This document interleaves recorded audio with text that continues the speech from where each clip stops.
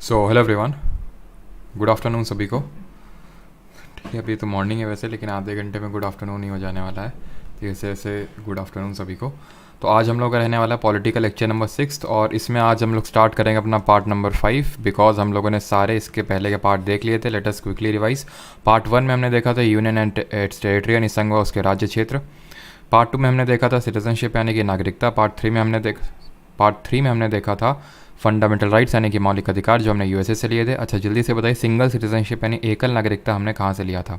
ठीक है, यूएसए से हमने और क्या क्या लिया था आपको रिवाइज करना जल्दी से, जैसे इंडिपेंडेंस और जुडिशियल यानी न्यायपालिका की स्वतंत्रता, और जो जुडिशियल रिव्यू है यानी न्यायपालिका जो हमारी रिव्यू कर सकती है वो। प्लस हमने लिया था ऑफिस ऑफ वाइस प्रेसिडेंट, जो आज के इस लेक्चर हम लोग देखने वाले हैं। प्लस हम लोगों ने लिया था रिमूवल ऑफ प्रेसिडेंट, जो हमारे राष्ट्रपति का एक तरह से महाभियोग की प्रक्रिया होती है वो, और रिमूवल ऑफ जो जजेस लिया था। ठीक है, ये सारी चीज़ें जो हमने ली थी यूएसए के कॉन्स्टिट्यूशन से। अब फिर हमने पार्ट नंबर 4 में देखा था कल, पार्ट नंबर 4 और पार्ट नंबर 4A देखा था, भाग नंबर 4 और 4 का। पार्ट 4 बात करता है आपकी डीपीएसपी यानी कि राज्य के नीति निर्देशक सिद्धांत यानी directive principle of state policy, जो कि आर्टिकल नंबर 36 से लेके 51 तक थे, और जिसको हमने लिया था आयरलैंड के कॉन्स्टिट्यूशन से। और पार्ट नंबर 4A में फाइनली हमने देखा था मौलिक कर्तव्य यानी फंडामेंटल ड्यूटी, जो आर्टिकल नंबर 51A में है, और टोटल 11 फंडामेंटल ड्यूटीज़ हैं जो कि हमने सरदार सोरेन सिंह कमेटी की रिकमेंडेशंस पे ऐड की थी। 42nd अमेंडमेंट से हमने इनको अपने कॉन्स्टिट्यूशन में ऐड किया था। ये सारी चीज़ें यहाँ तक हम लोग देख चुके हैं। आज के इस लेक्चर हमें देखना है पार्ट 5, जो कि आता है यूनियन। पार्ट 5 में बहुत सारी चीज़ें आती हैं, पार्ट 5 बहुत बड़ा है। ठीक है, इसमें आपका प्रेसिडेंट वाइस प्रेसिडेंट पढ़ेंगे, फिर कल के लेक्चर में prime minister council of minister पढ़ेंगे, फिर हम लोग पूरा पार्लियामेंट चैप्टर देखेंगे, फिर उसके बाद सुप्रीम कोर्ट भी आपका पार्ट नंबर 5 में आता है। तो ये सारी चीज़ें आपकी पार्ट नंबर 5 के तहत ही आती हैं। तो आप ये मत समझिएगा कि पार्ट नंबर 5 सिर्फ यहीं तक है, मतलब जो आज के लेक्चर में करने वाले हैं सिर्फ पार्ट नंबर 5 का मतलब वही है। तो पार्ट नंबर 5 में काफ़ी सारी चीज़ें हैं, उसमें से जो पहला एक तरह से हम पार्ट बोल सकते हैं पार्ट नंबर 5 में, वो है हमारा यूनियन एग्जीक्यूटिव, संघ कार्यपालिका बोल सकते हैं, जो आर्टिकल नंबर 52 से स्टार्ट होता है और 78 आर्टिकल नंबर तक जाता है। 52 से शुरू होता है और 78 तक जाता है। और आज के इस लेक्चर में आप ये मान सकते हो कि आज हम लोग रफली 72 तक देखने वाले हैं, और या फिर 73 तक देखने वाले हैं, और कल से हम लोग 74 स्टार्ट करेंगे। यानी आज हम प्राइमरली पढ़ने वाले हैं अपने राष्ट्रपति और उपराष्ट्रपति के बारे में। लेकिन एग्जीक्यूटिव ये टर्म क्या होता है, पहले मैं आपको इसके बारे में बताता हूँ, व्हाट इज़ दिस एग्जीक्यूटिव। तो इसको एक्सप्लेन करने के लिए पहले मुझे आपको ये बताना होगा कि एक तरह से हमारे 3 पिलर्स ऑफ डेमोक्रेसी होते हैं। What is democracy? तो अब्राहम लिंकन ने इसकी बहुत ही कायदे की डेफिनेशन दी थी, जो हमें जानने की ज़रूरत नहीं है, हमसे नहीं पूछेगा, बट फिर भी बता देता हूँ कि democracy is the government of the people, by the people and for the people. लोगों की सरकार, लोगों के द्वारा सरकार, लोगों के लिए सरकार। ठीक है, तो ये जो डेमोक्रेसी होती है इसके मेन 3 पिलर्स होते हैं। उसमें से एक होता है हमारा लेजिस्लेचर।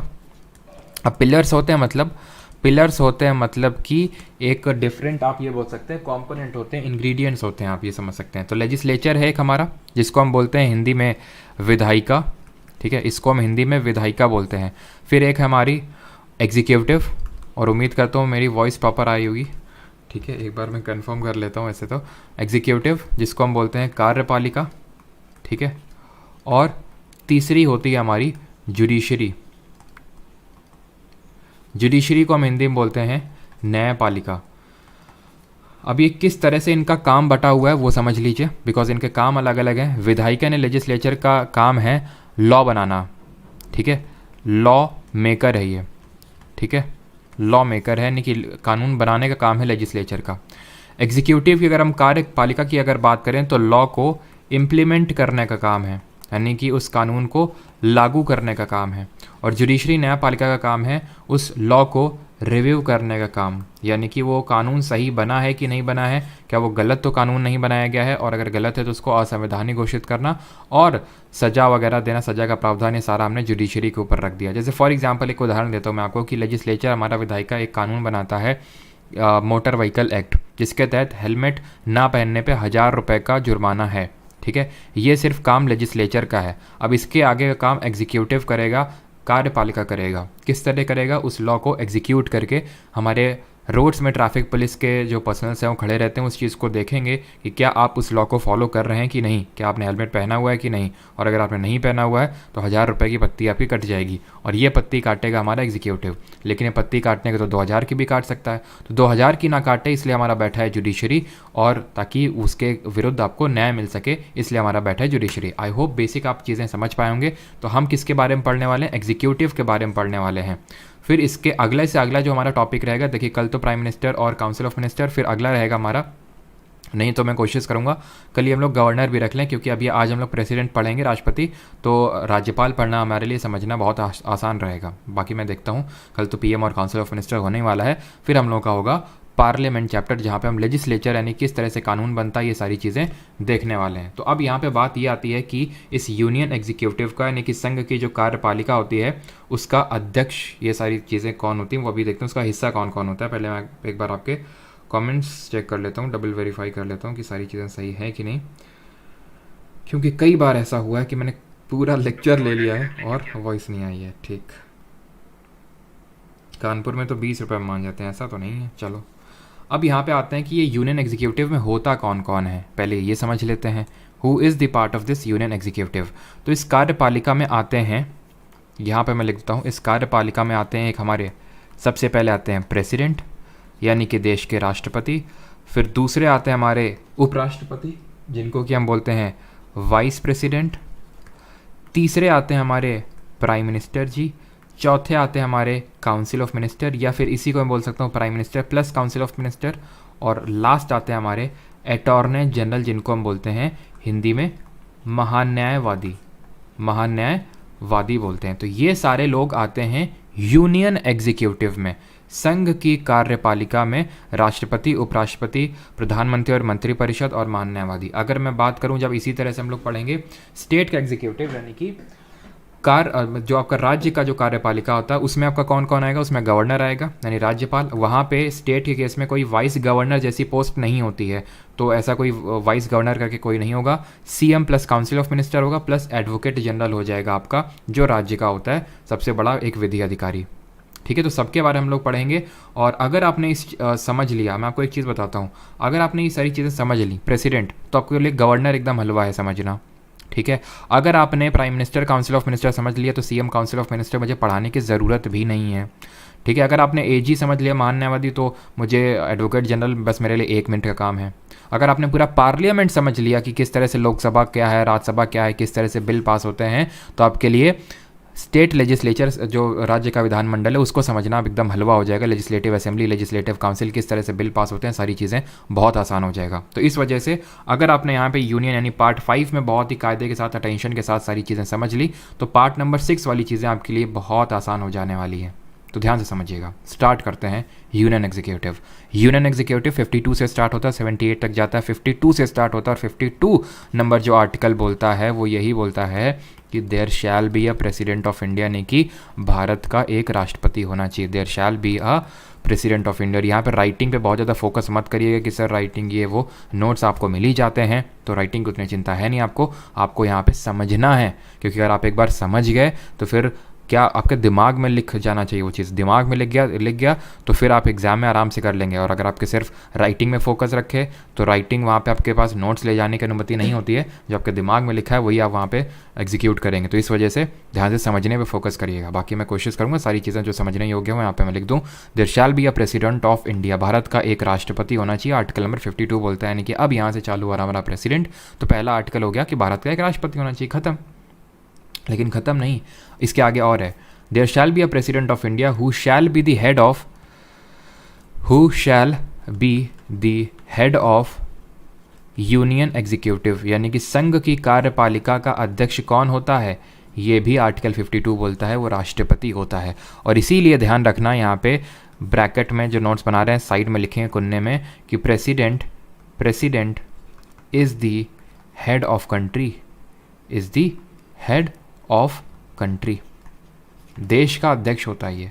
और इसी वजह से, क्योंकि कॉन्स्टिट्यूशनल टर्म्स में अगर हम देखें, संवैधानिक दर्जे से देखें, तो ये सबसे टॉप में आता है। वैसे हम क्या बोलते हैं कि भाई प्राइम मिनिस्टर टॉप पे, मोदी जी एकदम सारी पावर है। एक्चुअल में पावर तो मोदी जी के पास है, लेकिन कॉन्स्टिट्यूशनल टर्म्स में जो नंबर 1 पे आता है वो हमारी प्रेसिडेंट जी है, यानी द्रौपदी मुर्मू जी हैं अगर हम बोलें तो। यानी कि इसी वजह से इनको हम फर्स्ट सिटीज़न ऑफ इंडिया भी बोलते हैं। President is also known as first citizen of India. क्यों बोलते हैं आप समझ गए? क्योंकि कॉन्स्टिट्यूशनल टर्म्स में ये सबसे पहले पायदान पे आते हैं। दूसरे पे अगर हम बात करें तो दूसरे पे हमारे वाइस प्रेसिडेंट यानी कि उपराष्ट्रपति आते हैं, लेकिन पहले पे राष्ट्रपति जी आते हैं। तो 52 आप समझ गए कि एक राष्ट्रपति होना चाहिए जो कि यूनियन एग्जीक्यूटिव यानी कि संघ की कार्यपालिका का अध्यक्ष होगा। Now coming on to article number 53, अनुच्छेद 53 क्या बोलता है? ये बोलता है कि executive power of the union, executive power of union shall vest in president, shall vest in president. यानी कि एक तरह से जो संघ की कार्यपालिका की जितनी भी शक्तियां हैं वो राष्ट्रपति में निहित होती हैं, शैल वेस्ट इन प्रेसिडेंट। सर किस किस तरह की शक्तियां इस पर निहित होती हैं जो एग्जीक्यूटिव पावर के अगर तहत हम बात करें तो आप इस तरह से ऐसे समझो कि कोई भी काम हमारी यूनियन एग्जीक्यूटिव करती है ना, तो एक्चुअल में जो, अगर मैं सिंपल टर्म्स बोलूँ ना, 2 बंदूक हैं, एक में गोली है एक्चुअल वाली बुलेट, और प्रेसिडेंट के पास बंदूक है उसमें छर्रे भरे हुए प्लास्टिक वाले, बस ऐसे समझ लो, ठीक। तो एक्चुअल जो काम है, actual power PM plus council of minister के पास है, हमारे प्रधानमंत्री हो गए, अमित शाह हो गए, राजनाथ सिंह, ये सब करते हैं। लेकिन कुछ भी काम होगा ना यूनियन का, उसमें राष्ट्रपति के साइन होंगे, यानी कि जो भी काम होगा वो राष्ट्रपति के नाम पे होगा। इसी वजह से बोलते हैं executive power of union shall vest in president. Plus यही नहीं, अभी और सुनिए, दूसरी चीज़ इसमें यह है, दैट इज़ कि he is the supreme commander of the defence forces. Supreme commander होते हैं ये हमारी of all the defence forces. तो हमारी डिफेंस फोर्सेस में कौन कौन सी फोर्सेस आती हैं? आती हैं आर्मी, नेवी एंड एयरफोर्स, ठीक है। इसमें हमारी CAPF से नहीं आती हैं, ध्यान रखना। सेंट्रल आर्म पुलिस फोर्सेज अलग होती हैं, जिसमें आपकी CISF, CRPF, ITBP, SSB ये सब आती हैं, वो आपकी CAPF के तहत आती हैं और वो मिनिस्ट्री ऑफ होम अफेयर्स के अंडर आती हैं। लेकिन इंडियन आर्मी, नेवी, एयरफोर्स की बात करें, मिनिस्ट्री ऑफ डिफेंस के तहत आती हैं। तो आर्टिकल 53 आप समझ गए। अब आइए आर्टिकल नंबर 54 क्या बोलता है? ये बोलता है president is elected by a electoral college. यहाँ पे मैं लिखता हूँ इस आर्टिकल नंबर 54 को, क्योंकि ये है बहुत इंपॉर्टेंट और यहाँ से क्वेश्चन बनता है बहुत तगड़ा वाला, जिसमें कि लोग हो जाते हैं कंफ्यूज। प्रेसिडेंट इज़ क्या इलेक्शन के बारे में दिया हुआ है, प्रेसिडेंट के इलेक्शन के बारे में दिया हुआ है। और यहाँ पे चिंता ना करिए, मैं आपको जिस तरह कल मैंने आपको DPSP फंडामेंटल ड्यूटी ट्रिक के साथ याद करवा दी थी, जिसका टेस्ट मैं अगेन इस लेक्चर के लास्ट में लेने वाला हूँ कि आपको कितनी चीज़ें याद रहें कितनी, बिकॉज रिवीजन बहुत इंपॉर्टेंट है। ना सिर्फ रिवीजन बल्कि multiple revision is the key. अगर आपको SSC के GK को तोड़ना है तो आपको मल्टीपल रिवीजन करना होगा। ये चीज़ आपने देखी होगी जब मैं आपको PYQ सीरीज़ करवाता हूँ वहाँ पे भी, और यहाँ पे भी आप देखेंगे, क्योंकि अभी तो उतनी ज़्यादा चीज़ें हुई नहीं थी, अब धीरे धीरे चीज़ें हो रही हैं, तो मैं मल्टीपल रिवीजन आपको करवाने वाला हूँ, ठीक है, ध्यान रखिएगा इस चीज़ को। तो यहाँ पे प्रेसिडेंट के इलेक्शन के बारे में दिया हुआ है, तो इसके जो आपके आर्टिकल हैं वो मैं आपको ट्रिक के साथ याद करवा दूंगा, इंग्लिश में भी हिंदी में, चिंता ना करिए, अभी सिर्फ समझने पे फोकस करिए, ठीक है। तो प्रेसिडेंट इज़ इलेक्टेड, तो इलेक्शन ऑफ प्रेसिडेंट दिया है इसमें, तो प्रेसिडेंट इज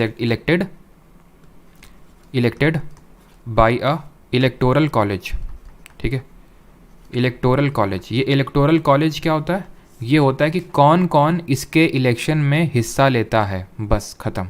अब कौन लेता है वो इम्पॉर्टेंट है, इसके लिए सिर्फ एक चीज़ यहाँ पे लिखूँगा और समझ जाना सारी चीज़ें। है तो सिंपल सा, लेकिन फिर भी कन्फ्यूज़न बहुत क्रिएट हो जाएगा आपके मन में। इलेक्टेड ब्रैकेट में लिखा MPs और प्लस MLAs, ख़त्म। ये फॉर्मूला मैंने आपको दिया। वैसे अगर आप एक्चुअल में कॉन्स्टिट्यूशन में पढ़ोगे तो बहुत लंबा चौड़ा सा दिया हुआ, लेकिन ये मैंने सिंपल आपको इतना याद करने के लिए बोल दिया ताकि अगर आप ये अपने दिमाग में इम्प्रिंट कर लेंगे तो आपका क्वेश्चन गलत नहीं होगा। लेकिन अगर मैं सिर्फ आपको इतना कह के दे के छोड़ दूँ तो अभी आप गलत कर देंगे, जब तक मैं आपको इसको समझाऊंगा नहीं। समझो, MP का मतलब क्या होता है? मेंबर ऑफ पार्लियामेंट, सांसद। MLA member of legislative assembly, विधायक जी। आपके स्टेट में जो होते हैं विधायक होते हैं, जैसे योगी जी हो गए, अखिलेश यादव हो गए, ये विधायक हैं। MP की अगर बात करें, अमित शाह हो गए, मोदी जी हो गए, ये सांसद हैं। इतना तो पता चल गया आपको कि MP कौन होता है? जो लोकसभा का मेंबर होता है, राज्यसभा का मेंबर होता है, उसको MP बोलते हैं। और जो आपका लेजिस्लेटिव असेंबली या फिर लेजिस्लेटिव काउंसिल का मेंबर होता है, सॉरी, जो लेजिस्लेटिव असेंबली का मेंबर होता है उसको MLA बोलते हैं, लेजिस्लेटिव काउंसिल को MLC बोलते हैं। अब यहाँ पे मैंने लेजिस्लेटिव काउंसिल को काट दिया सॉरी बोल के, तो आपको ये समझ जाना चाहिए कि लेजिस्लेटिव काउंसिल के मेंबर इसमें हिस्सा नहीं लेते हैं। इसके पीछे का लॉजिक समझ लो, कैसे इसको याद रखोगे कि लेजिस्लेटिव काउंसिल विधान परिषद के लोग इसमें हिस्सा नहीं लेते हैं, क्योंकि सारे राज्यों में, भारत के सारे राज्य जो 28 के 28 राज्य हैं, उनमें लेजिस्लेटिव काउंसिल नहीं है, मात्र 6 में है। तो इसलिए ताकि यूनिफॉर्मिटी रहे रिप्रेजेंटेशन में और पैरिटी रहे बिटवीन दी स्टेट, इसलिए हमने एमएलसी को रखा ही नहीं है प्रेसिडेंट के चुनाव में। पहली बात क्लियर हो गया। तो एमएलसी लिखा है, यहाँ पे नहीं लिखा। अब यहाँ पे एमपी लोकसभा में हो सकते हैं, राज्यसभा में, और एमपी दो तरह के हो सकते हैं, या तो इलेक्टेड हो सकते हैं, या तो निर्वाचित हो सकते हैं, या तो नॉमिनेटेड हो सकते हैं, यानी कि नामित हो सकते हैं। अब मुझे बताइए लोकसभा में कितने नामित सदस्य होते हैं? आंसर है 0, क्योंकि 2 एंग्लो इंडियन पहले प्रेसिडेंट नॉमिनेट करता था, जो कि अब वो प्रथा को ख़त्म किया जा चुका है कि अब लोकसभा में एक भी मेंबर कोई भी नॉमिनेटेड नहीं रहता है। राज्यसभा में अगर हम बात करें तो कितने मेंबर्स नॉमिनेटेड रहते हैं? 12 मेंबर नॉमिनेटेड रहते हैं। ये हम लोगों ने अभी पढ़ा नहीं है, ये हम आगे जो पार्लियामेंट चैप्टर पढ़ेंगे तो उसमें देखेंगे कि जो हमारा राष्ट्रपति होता है वो 12 मेंबर्स को नॉमिनेट करता है। कुछ फील्ड हैं जैसे कि literature, science, art, social service, ठीक है, तो उनमें नॉमिनेट करता है, वो हम पार्लियामेंट चैप्टर में पढ़ेंगे। तो ये हमारे कुछ इलेक्टेड मेंबर होते हैं जो चुन के आते हैं, और कुछ नॉमिनेट होते हैं। तो नॉमिनेटेड हमारे कहाँ पे? राज्यसभा में। ऐसे ही एमएलए के केस में अगर हम बात करें तो पहले इसमें भी हमारा एक एंग्लो इंडियन को गवर्नर नॉमिनेट करता था लेजिस्लेटिव असेंबली में, जिस प्रथा को अभी ख़त्म किया जा चुका है। यानी कि हमारे 2 तरह के मेंबर होते हैं, चाहे हम बात करें सांसद में या फिर लेजिस्लेटिव असेंबली में, इलेक्टेड और नॉमिनेटेड। एमएलए में के केस में नहीं, लेजिस्लेटिव असेंबली केस में अब ख़त्म हो चुका है, सिर्फ राज्यसभा में ही नॉमिनेटेड मेंबर बचे हैं। तो यानी कि मैं आपको इतना सब लंबा चौड़ा ये सारी चीज़ें इसलिए बता रहा हूँ ताकि मैं आपको ये समझा सकूँ कि प्रेसिडेंट के इलेक्शन में नॉमिनेटेड मेंबर हिस्सा नहीं लेते हैं। Nominated members do not take part in the election of president। Clear है ये सारी चीज़ सभी को? लेजिस्लेटिव काउंसिल के मेंबर्स हिस्सा नहीं लेंगे और नॉमिनेटेड वाले हिस्सा नहीं लेंगे। इलेक्टेड एमपीज प्लस एमएलएस, ये बात करता है 54। 55 पे आते हैं क्योंकि इंपॉर्टेंट था इसलिए मैंने इसमें इतना जोर दिया। अब यहाँ पे 55 मैं अलग से लिखता हूँ। इसमें दिया हुआ आपका manner of election, manner of election यानी कि चुनाव का तरीका दिया हुआ है, राष्ट्रपति किस तरीके से चुना जाएगा ये यहाँ पे दिया है। अब किस किस तरीके हैं वो यहाँ पे समझिए। सबसे पहला जो तरीका है वो तो है कि इनडायरेक्ट इलेक्शन होगा, यानी कि अप्रत्यक्ष रूप से चुना जाएगा। 2 तरह के हमारे इलेक्शन होते हैं पॉलिटी में, एक होता है डायरेक्ट और दूसरा होता है indirect. Direct and indirect. Direct वो होता है जहाँ पे लोग डायरेक्टली वोट करते हैं, ठीक है, यानी कि डायरेक्टली बाई द पीपल। जैसे फॉर एग्जांपल अगले साल लोकसभा के चुनाव होने वाले हैं, हम लोग जाके डायरेक्टली पोलिंग बूथ पे जाके वोट डालेंगे, तो लोकसभा में डायरेक्ट वोटिंग हो रही है। लेकिन राज्यसभा हो गया, प्रेसिडेंट हो गया, वाइस प्रेसिडेंट हो गया, इन सभी के लिए इनडायरेक्ट इलेक्शन होता है, यानी इसको हम बोलते हैं अप्रत्यक्ष चुनाव, जहाँ पे हमारे चुने गए रिप्रेजेंटेटिव्स, हमारे द्वारा जो इलेक्टेड रिप्रेजेंटेटिव हैं वो चुन के भेजते हैं, उसको हम बोलते हैं अप्रत्यक्ष रूप से चुनाव। क्या हम डायरेक्टली प्रेसिडेंट के इलेक्शन में वोट देते हैं? अभी द्रौपदी मुर्मू जी का हुआ था कि हमने डायरेक्टली वोट जाके वोट दिया था? नहीं, जो हमारे द्वारा चुने गए प्रतिनिधि थे हमारे, उन्होंने वोट दिया था, जिसमें कि हमारे आते हैं एमपीज़ और एमएलएस, कैसे? इलेक्टेड वाले। दूसरा है कि इनको चुना जाएगा प्रोपोर्शनल रिप्रेजेंटेशन, ठीक है, प्रोपोर्शनल रिप्रेजेंटेशन जिसको बोलते हैं अनुपातिक प्रतिनिधित्व, प्लस सिंगल ट्रांसफरेबल वोट यानी कि एकल संक्रमणीय मत। इसको मैं समझाऊंगा लेकिन लास्ट में समझाऊंगा, बिकॉज अभी मैं नहीं चाहता हूँ कि फ्लो एकदम टूटे, क्योंकि यहाँ पे पूरा कभी आपसे नहीं पूछेगा भाई हमें समझाओ proportional representation plus STV single transferable vote होता क्या है। समझेंगे हम लोग लेकिन वो आपसे पूछेगा नहीं, इसलिए अभी इसको यहीं पे होल्ड करके रखिए कि ये एक मैनर ऑफ इलेक्शन होता है, ठीक है। और तीसरा यहाँ पे याद रखना है by secret ballot. Secret ballot का मतलब क्या होता है? सीक्रेट बैलेट का मतलब होता है कि किसी को दिखाना नहीं होता है कि हम किसको वोट दे रहे हैं। तो सर बाकी किसी भी चुनाव में तो दिखाना नहीं होता है, दिखाना होता है। जैसे फॉर एग्जांपल अगर हम बात करूं राज्यसभा के जब इलेक्शन होते हैं ना, तो ठीक है किसी को नहीं दिखाना होता है, लेकिन अभी हम जब पार्लियामेंट चैप्टर पढ़ेंगे तो एक इंसान होता है, जैसे फॉर एग्जांपल मान लेते हैं अधीर रंजन चौधरी हैं, ठीक है, किस पार्टी से हैं? कांग्रेस से हैं। तो जब वोट डालने जाएंगे ना, जब फॉर एग्जांपल मान लेते हैं वाइस प्रेसिडेंट के लिए, उपराष्ट्रपति के लिए, देखेंगे वो राष्ट्रपति में कौन कौन वोट डालता है, तो सीक्रेट तरह से देंगे, लेकिन एक बंदा कांग्रेस का होगा उसको दिखाना पड़ेगा, वो कांग्रेस का बंदा, उसको बोलते हैं विप, चाहे वो कांग्रेस का हो चाहे बीजेपी का, हर पार्टी का एक होता है विप, उसको दिखाना होता है। तो पूरी तरह से सीक्रेट नहीं होता, इसमें पूरी तरह से सीक्रेट होता है। और अगर यहाँ पे से किसी को पता है कि डिफेक्शन क्या होता है, तो ये बात नोट कर लो कि इसके केस में, प्रेसिडेंट के केस इलेक्शन में डिफेक्शन वाला प्रोविजन लागू नहीं होता है। और अगर नहीं पता है तो मैं डिफेक्शन क्या होता है तो कोई दिक्कत नहीं है, उसको भूल जाओ एकदम, क्योंकि ये पार्लियामेंट चैप्टर में पढ़ाऊंगा मैं आपको, ठीक है। और अगर पता है तो समझ लो अभी के लिए कि प्रेसिडेंट के इलेक्शन में वो नहीं चलता है डिफेक्शन के तहत कोई डिस्क्वालीफाई नहीं हो सकता है। कि अगर फॉर एग्जांपल मान लेते हैं कांग्रेस ने बोला था कि हमारे रिप्रेजेंटेटिव को वोट देना, लेकिन कांग्रेस वाले ने दे दिया, मान लेते हैं द्रौपदी मुर्मू जी को वोट दे दिया, ठीक है, तो उसके खिलाफ डिफेक्शन नहीं लागू हो सकता है, लेकिन राज्यसभा जैसे कि उसमें इलेक्शन में होता है। क्लियर हो गया। तो चुनाव का तरीका इसमें दिया हुआ है। अब कुछ और इसमें इंपॉर्टेंट पॉइंट देख लेते हैं, जैसे कि फॉर एग्जांपल प्रेसिडेंट के इलेक्शन में 50 लोग यानी 50 लोग होते हैं आपके प्रपोजर्स, ठीक है, प्रपोजर्स, और 50 होते हैं सेकेंडरर्स। क्यों ये क्या होता है सेकेंडरर्स? ये होते हैं भाई, ऐसे समझ लो कि 50 लोग लोकसभा के 50 लोग राज्यसभा के बोलेंगे कि हाँ हम चाहते हैं ये बंदा राष्ट्रपति बने। तो ये एक तरह की योग्यता होती है किसी के लिए राष्ट्रपति पद का चुनाव लड़ने के लिए। क्योंकि अभी हम देखेंगे योग्यताओं में जब हम पढ़ेंगे तो उसमें देखेंगे भारत का नागरिक होना चाहिए, 35 साल की उम्र होनी चाहिए, और लोकसभा का सदस्य चुने जाने योग्य होना चाहिए भी देखेंगे। तो ये तो बहुत आसान है, कोई भी जाके 35 साल से ऊपर बोल सकता है कि हमें प्रेसिडेंट का चुनाव लड़ना है, तो बिल्कुल बोल सकता है। लेकिन बेटा 50 सांसद लेके आओ, मतलब लोकसभा से सांसद लेके आओ, 50 राज्यसभा से लेके आओ। अगर वो बोल देंगे कि हाँ भाई हम चाहते हैं कि मुन्नू जी हमारे अगले राष्ट्रपति पद का चुनाव लड़ सकते हैं, चुनाव लड़ने की बात हो रही है, ठीक है, तो चुनाव लड़ सकते हैं, तो हाँ आप भी खड़े हो सकते हैं। लेकिन ध्यान रखिएगा जमानत जब्त हो जाएगी अगर कायदे के कोटा नहीं सिक्योर किया। कोटा क्या होता है? कोटा यानी मिनिमम वोट जो आपको रिक्वायर्ड है उतना जीतने के लिए। ये तो खैर कोटा हो गया जो जीतने के लिए, लेकिन अगर आपने मिनिमम वोट नहीं एक्वायर किया तो आपकी जमानत जब्त हो जाएगी। और जमानत कितनी रुपए होती है? चाहे प्रेसिडेंट हो चाहे वाइस प्रेसिडेंट हो, दोनों के लिए 15,000 रुपये की जमानत वो होती है, ठीक है। अगर आपने मिनिमम वोट सिक्योर नहीं किए तो जमानत भी जब्त। तो यहाँ पे कोटा होता है इतना वोट अगर कोई लाएगा तभी उसकी जीत होगी। Total votes upon number of candidate, number of candidate कितने हैं +1 ये होता है कोटा। और ताकि सारे स्टेट में, क्योंकि अब हमें पता है, नहीं पता है हमें अभी नहीं पता है कि लोकसभा और राज्यसभा में, पता चलेगा जब मैं प्रेसिडेंट अब आपको पार्लियामेंट चैप्टर पढ़ाऊंगा कि इक्वल रिप्रेजेंटेशन नहीं है। लोकसभा में सबसे ज़्यादा अगर हम बात करें तो यूपी से लोग आते हैं, राज्यसभा में सबसे ज़्यादा यूपी से, है ना। और सिक्किम जैसे फॉर एग्जांपल अगर मैं बात करूँ राज्यसभा में 31 लोग यूपी से, सिक्किम से मात्र 1 लोग। तो ताकि इस तरह की क्योंकि इक्वल रिप्रेजेंटेशन नहीं है स्टेट्स का राज्यसभा में और लोकसभा में, इसलिए पैरिटी मेंटेन करने के लिए हम क्या करते हैं, वैल्यू ऑफ वोट कैलकुलेट करते हैं। सबसे पहले value of vote of all MLAs, यानी कि एक MLA की वैल्यू ऑफ वोट कितना होता है, तो उसको कैलकुलेट करने के लिए हम क्या करते हैं, एक फॉर्मूला है टोटल पॉपुलेशन ऑफ स्टेट। इसमें बहुत ज़्यादा जोर नहीं देना, थोड़ा सा समझ लो, बहुत ज़्यादा इससे क्वेश्चन कभी मैंने देखा नहीं है लेकिन पूछ सकता है आपसे, ठीक है। क्योंकि अभी इसने सिविल सर्विसेज का जो पेपर हुआ था अभी 2023 वाला, उसमें पूछा था इस पे क्वेश्चन। तो मैं ये नहीं बोल रहा हूँ कि सिविल सर्विसेज में पूछा तो इसलिए SSC में पूछ लेगा, लेकिन बाई चांस अगर आ गया तो एटलीस्ट कुछ तो आपको याद तो रहेगा कि आपको एलिमिनेट कैसे करना है। तो बहुत ज़्यादा जोर मत डालो अपने दिमाग पर, लेकिन समझ लो इसको, मैं समझा देता हूँ।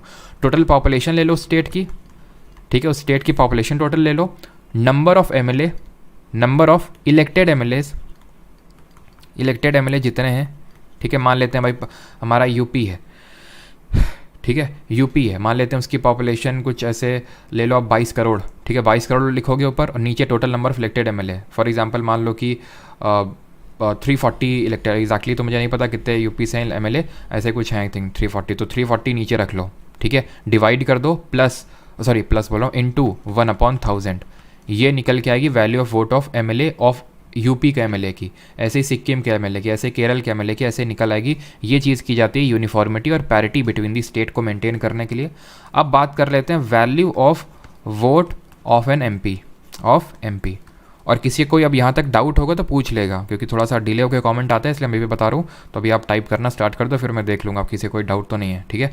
Value of vote of an MP यानी मेंबर ऑफ पार्लियामेंट की वैल्यू ऑफ वोट कितनी होती है, तो इसको कैलकुलेट करने की टोटल वैल्यू आप निकाल लो। अब MP के केस में खुद ही सोचो, किसकी स्टेट की पॉपुलेशन थोड़ी ना रखोगे, हैं, इसके केस में क्या रखोगे, total value of vote, total value of votes of all MLAs plus बोल रहा हूँ upon total number of elected MPs, ये हो जाएगा value of vote of an MP। तो आपने बस इतना ध्यान रखना है कि ऊपर यहाँ पे स्टेट है, यहाँ पे MLA है। अब MLA के केस में ऊपर MLA तो रख नहीं दोगे, उस केस में स्टेट है, और MP के केस में MLA है, और नीचे है भाई total number of elected MLA के केस में, और नीचे MP के केस में total number of elected MPs। ख़त्म। अब मैं एक बार देख लेता हूँ किसी कोई डाउट तो नहीं है।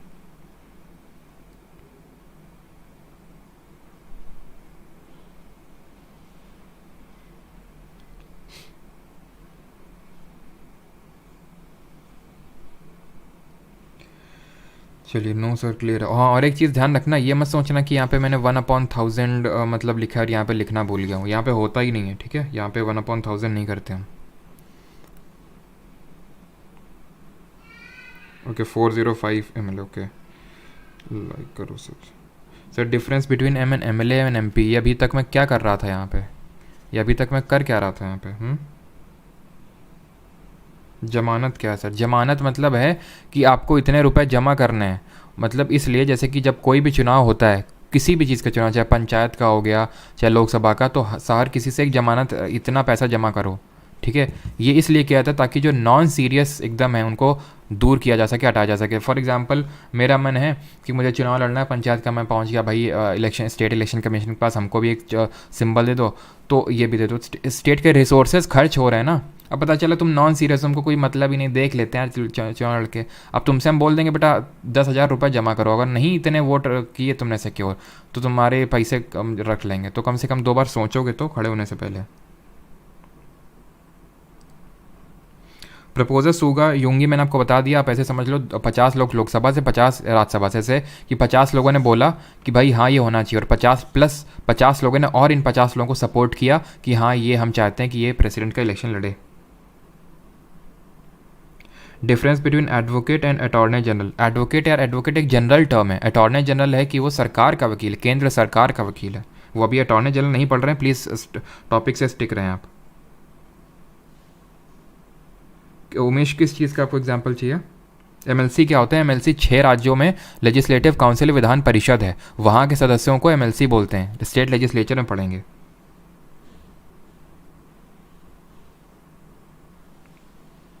कल का वीडियो प्राइवेट क्यों है भाई? प्राइवेट का आपको पता होना चाहिए। ये बैच की क्लासेस हैं जो आपकी लाइव स्ट्रीम हो रही है यूट्यूब पे, फिर ये बैच में चली जाती हैं परमार अकेडमी यहाँ पे। आई होप यहाँ तक क्लियर है, अब किसी को डाउट नहीं है। सब आप फर्जी का इधर उधर का पूछ रहे हैं, टॉपिक पे स्टिक नहीं है। तो हाँ, यहाँ पे हम लोग कहाँ तक हो गए? 55 तक हो गए। आप इस पर मत स्टिक होइए कि यार हमें याद कैसे रहेगा। याद अभी मेरा काम है ना आपको करवाना, मैं आपको कराऊंगा यहाँ पे क्लास के एंड तक, ठीक है। 56 है टर्म ऑफ प्रेसिडेंट, ठीक है।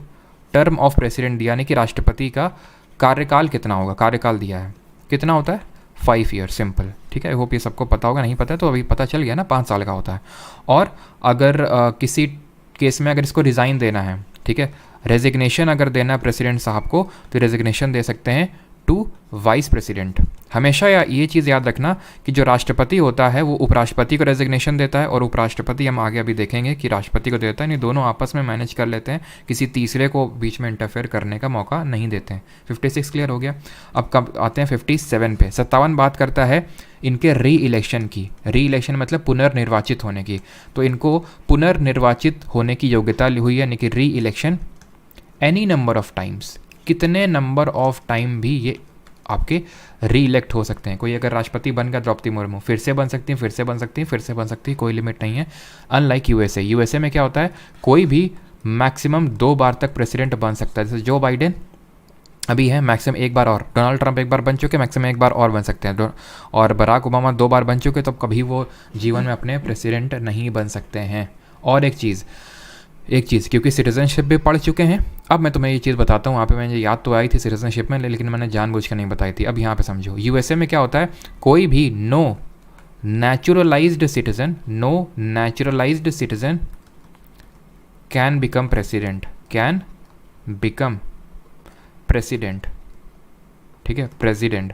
But in India it is possible. क्या पॉसिबल है? कि कोई भी नेचुरलाइज सिटीजन इंडिया में प्रेसिडेंट बन सकता है। Who is a naturalise citizen? I hope आपको एक पता है कि कौन नेचुरलाइज सिटीजन होता है।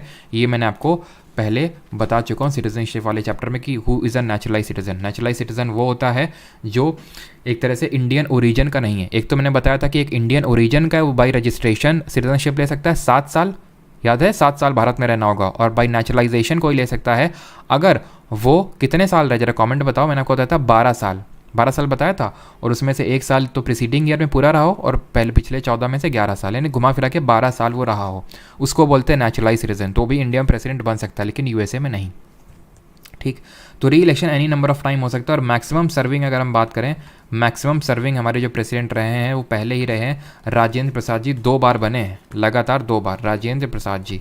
इसी तरह हमारे जो पहले देश के उपराष्ट्रपति थे सर्वपल्ली राधाकृष्णन, वो भी लगातार 2 बार तक वाइस प्रेसिडेंट रहे थे। तो ये थोड़ा सा ईजी है याद करना। फिर अगर हम बोलो तो 58 पे आते हैं। तो 58 पे अब यहाँ इनकी आती है क्वालिफिकेशन, यानी कि इनकी योग्यता क्या होनी चाहिए। तो योग्यताएं भी इनकी जल्दी से देख लेते हैं। अगर आपको प्रेसिडेंट बनना है तो सबसे पहले किसी भी कॉन्स्टिट्यूशनल पोजीशन में आपको जाना है तो सिटीजन ऑफ इंडिया होने चाहिए आप, यानी कि भारत के नागरिक होने चाहिए। दूसरा ये है कि आपकी जो एज है वो होनी चाहिए मिनिमम 35 ईयर्स, यानी कि न्यूनतम 35 साल तो आपकी उम्र होनी ही चाहिए। तीसरा है आपकी, और क्योंकि अभी हम लोग चलिए वाइस प्रेसिडेंट भी नहीं पढ़ा है, गवर्नर भी नहीं पढ़ा है, लेकिन बता देते हैं आपको, इतना तो पता है कि वहाँ पे भी 35 साल ही है। ठीक है, खैर इसके लिए 35 साल हो गई। और अब यहाँ पे जो तीसरी लिख रहा हूँ ये सबसे इंपॉर्टेंट है, जिस पे क्वेश्चन घुमा के पूछता है। ये सबको पता होता है, ये भी ऑलमोस्ट सबको पता होता है, ये इस पे सब ज़्यादातर लोग घूम जाते हैं। And that is he should be qualified to be appointed as a member of lower house of the session, that is Lok Sabha, यानी लोकसभा का सदस्य चुने जाने योग्य होना चाहिए। सर समझे नहीं इसका मतलब क्या है? ऐसे समझ लो कि जो हमारे कॉन्स्टिट्यूशन बनवा रहे थे वो थोड़ा आलस कर गए यहाँ पे आते आते। उन्होंने सोचा क्यों हम ये चीज़ लिखें कि उसको ये नहीं होना, उसको ये होना है, एक लाइन ऐड कर देते हैं कि he should be qualified as a member of Lok Sabha, यानी कि लोकसभा का सदस्य चुने जाने योग्य होना चाहिए। तो अपने आप ये लोग खुद जाके देखेंगे कि लोकसभा का सदस्य चुनने के लिए क्या क्या योग्यताएँ चाहिए। तो क्यों फालतू में उनको यहाँ पर लिखें, क्यों फालतू में पन्ना वेस्ट करें, सीधे एक लाइन ऐड करो, बात ख़त्म करो। ठीक है, अब लोकसभा में सदस्य चुने जाने योग्यता एज के टर्म्स में अगर बात करूं तो 25 साल होती है, पढ़ेंगे कल ही। ठीक है, 25 साल होती है, लेकिन यहाँ 35 साल है बस। ठीक है, तो 25 नहीं, आपको 35 की ज़रूरत है, बस ये चीज़ है, ध्यान रखिएगा। यानी he should be qualified to be appointed as a member of Lok Sabha का सदस्य चुनाव। क्योंकि वहाँ 25 था लेकिन यहाँ प्रेसिडेंट के लिए 35 चाहिए था, इसलिए यहाँ 35 लिख दिया था। अगर यहाँ पे फॉर एग्जाम्पल लोकसभा का सदस्य चुने जाने की योग्यता 35 साल होती तो ये भी ना लिखते, बस ये लाइन ऐड कर देते, खत्म बात।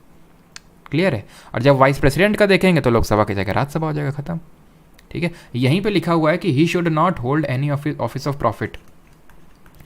ही शुड, यहाँ पे आगे लिख देता हूँ इसी आर्टिकल में कि he should not hold office of profit, लाभ का पद धारण ना किए हुए, ऑफिस ऑफ प्रॉफिट। और एक चीज़, ऑफिस ऑफ प्रॉफिट जो है ना, not defined in constitution, not defined in constitution की लाभ का पद क्या होता है। लेकिन लाभ के पद में आपके ये नहीं आएंगे, ऐसे हमारे सुप्रीम कोर्ट ने बोला है कि एक तो प्रेसिडेंट का पद खुद एक लाभ का पद नहीं होता है, वाइस प्रेसिडेंट भी लाभ का पद नहीं होता है, मिनिस्टर है अगर कोई वो भी लाभ का पद नहीं होता है, और प्रेसिडेंट वाइस प्रेसिडेंट मिनिस्टर हो गया, और हाँ ये मिनिस्टर और प्राइम मिनिस्टर, ये सारे जो हमारे लाभ के पद नहीं होते हैं, ऐसा हमारा बोला। लेकिन ये कॉन्स्टिट्यूशन में कहीं पे भी डिफाइंड नहीं है। ठीक, ये 58 आर्टिकल 58 का दूसरा प्रोविजन बोलता है।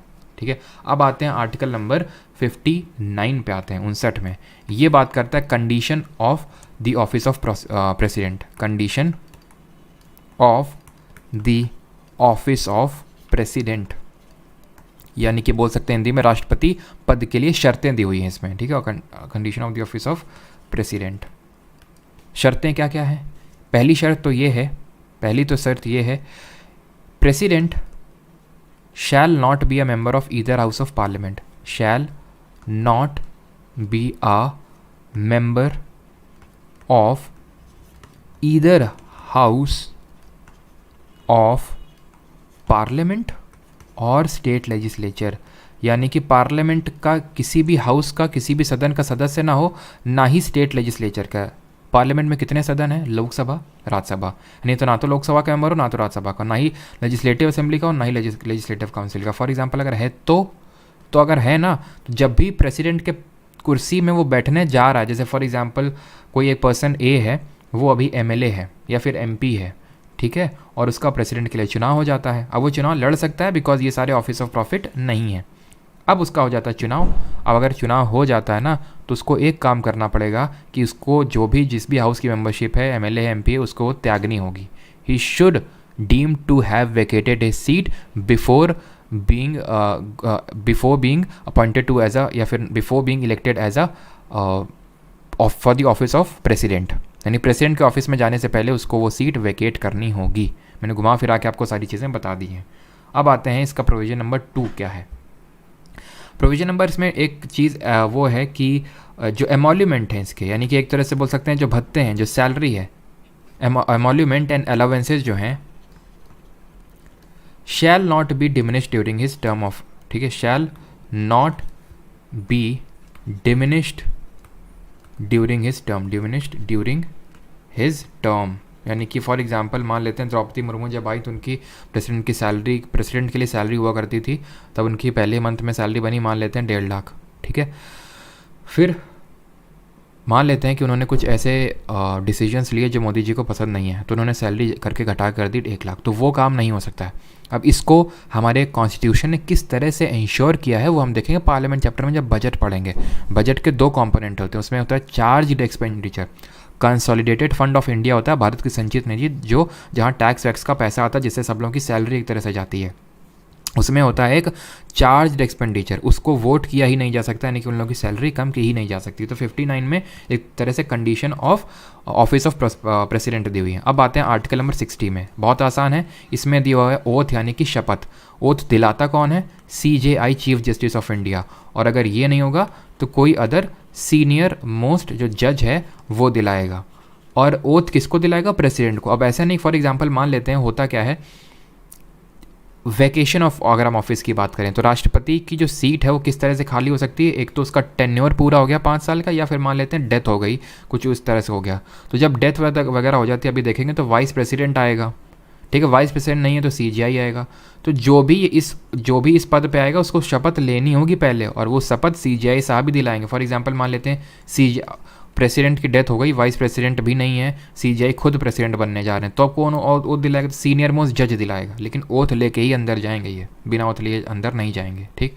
अब आते हैं आर्टिकल नंबर 61 पे, ये बात करता है अब इनके जाने की।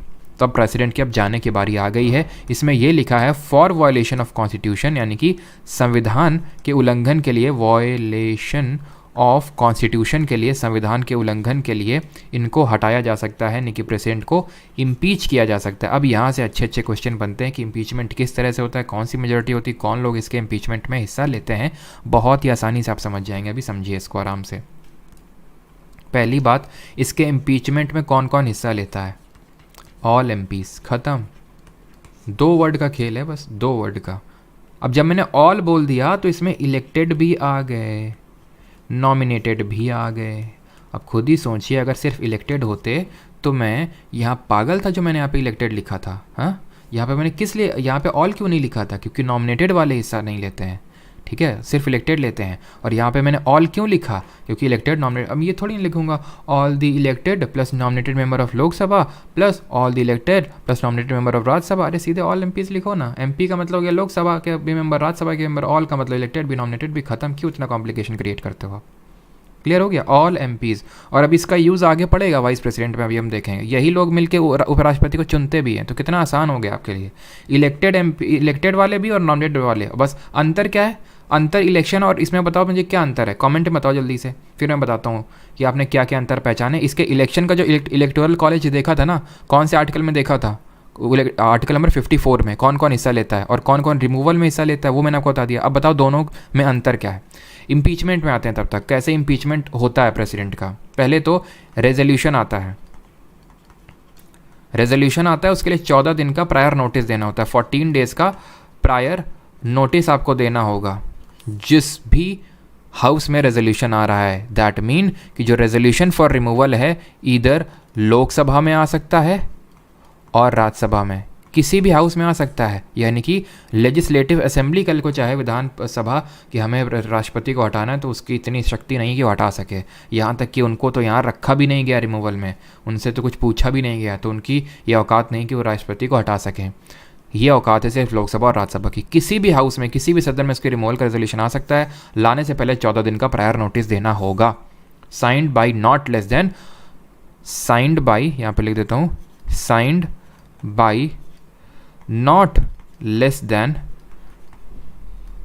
1/4 of the total members of the house, 1/4 of the total members of the house। जितने भी सदस्य सदन के सदस्य हैं उनमें से 1/4 लोग बोलेंगे, तब वो रेजोल्यूशन आ सकता है, ओरिजिन हो सकता है, सिर्फ आ सकता है।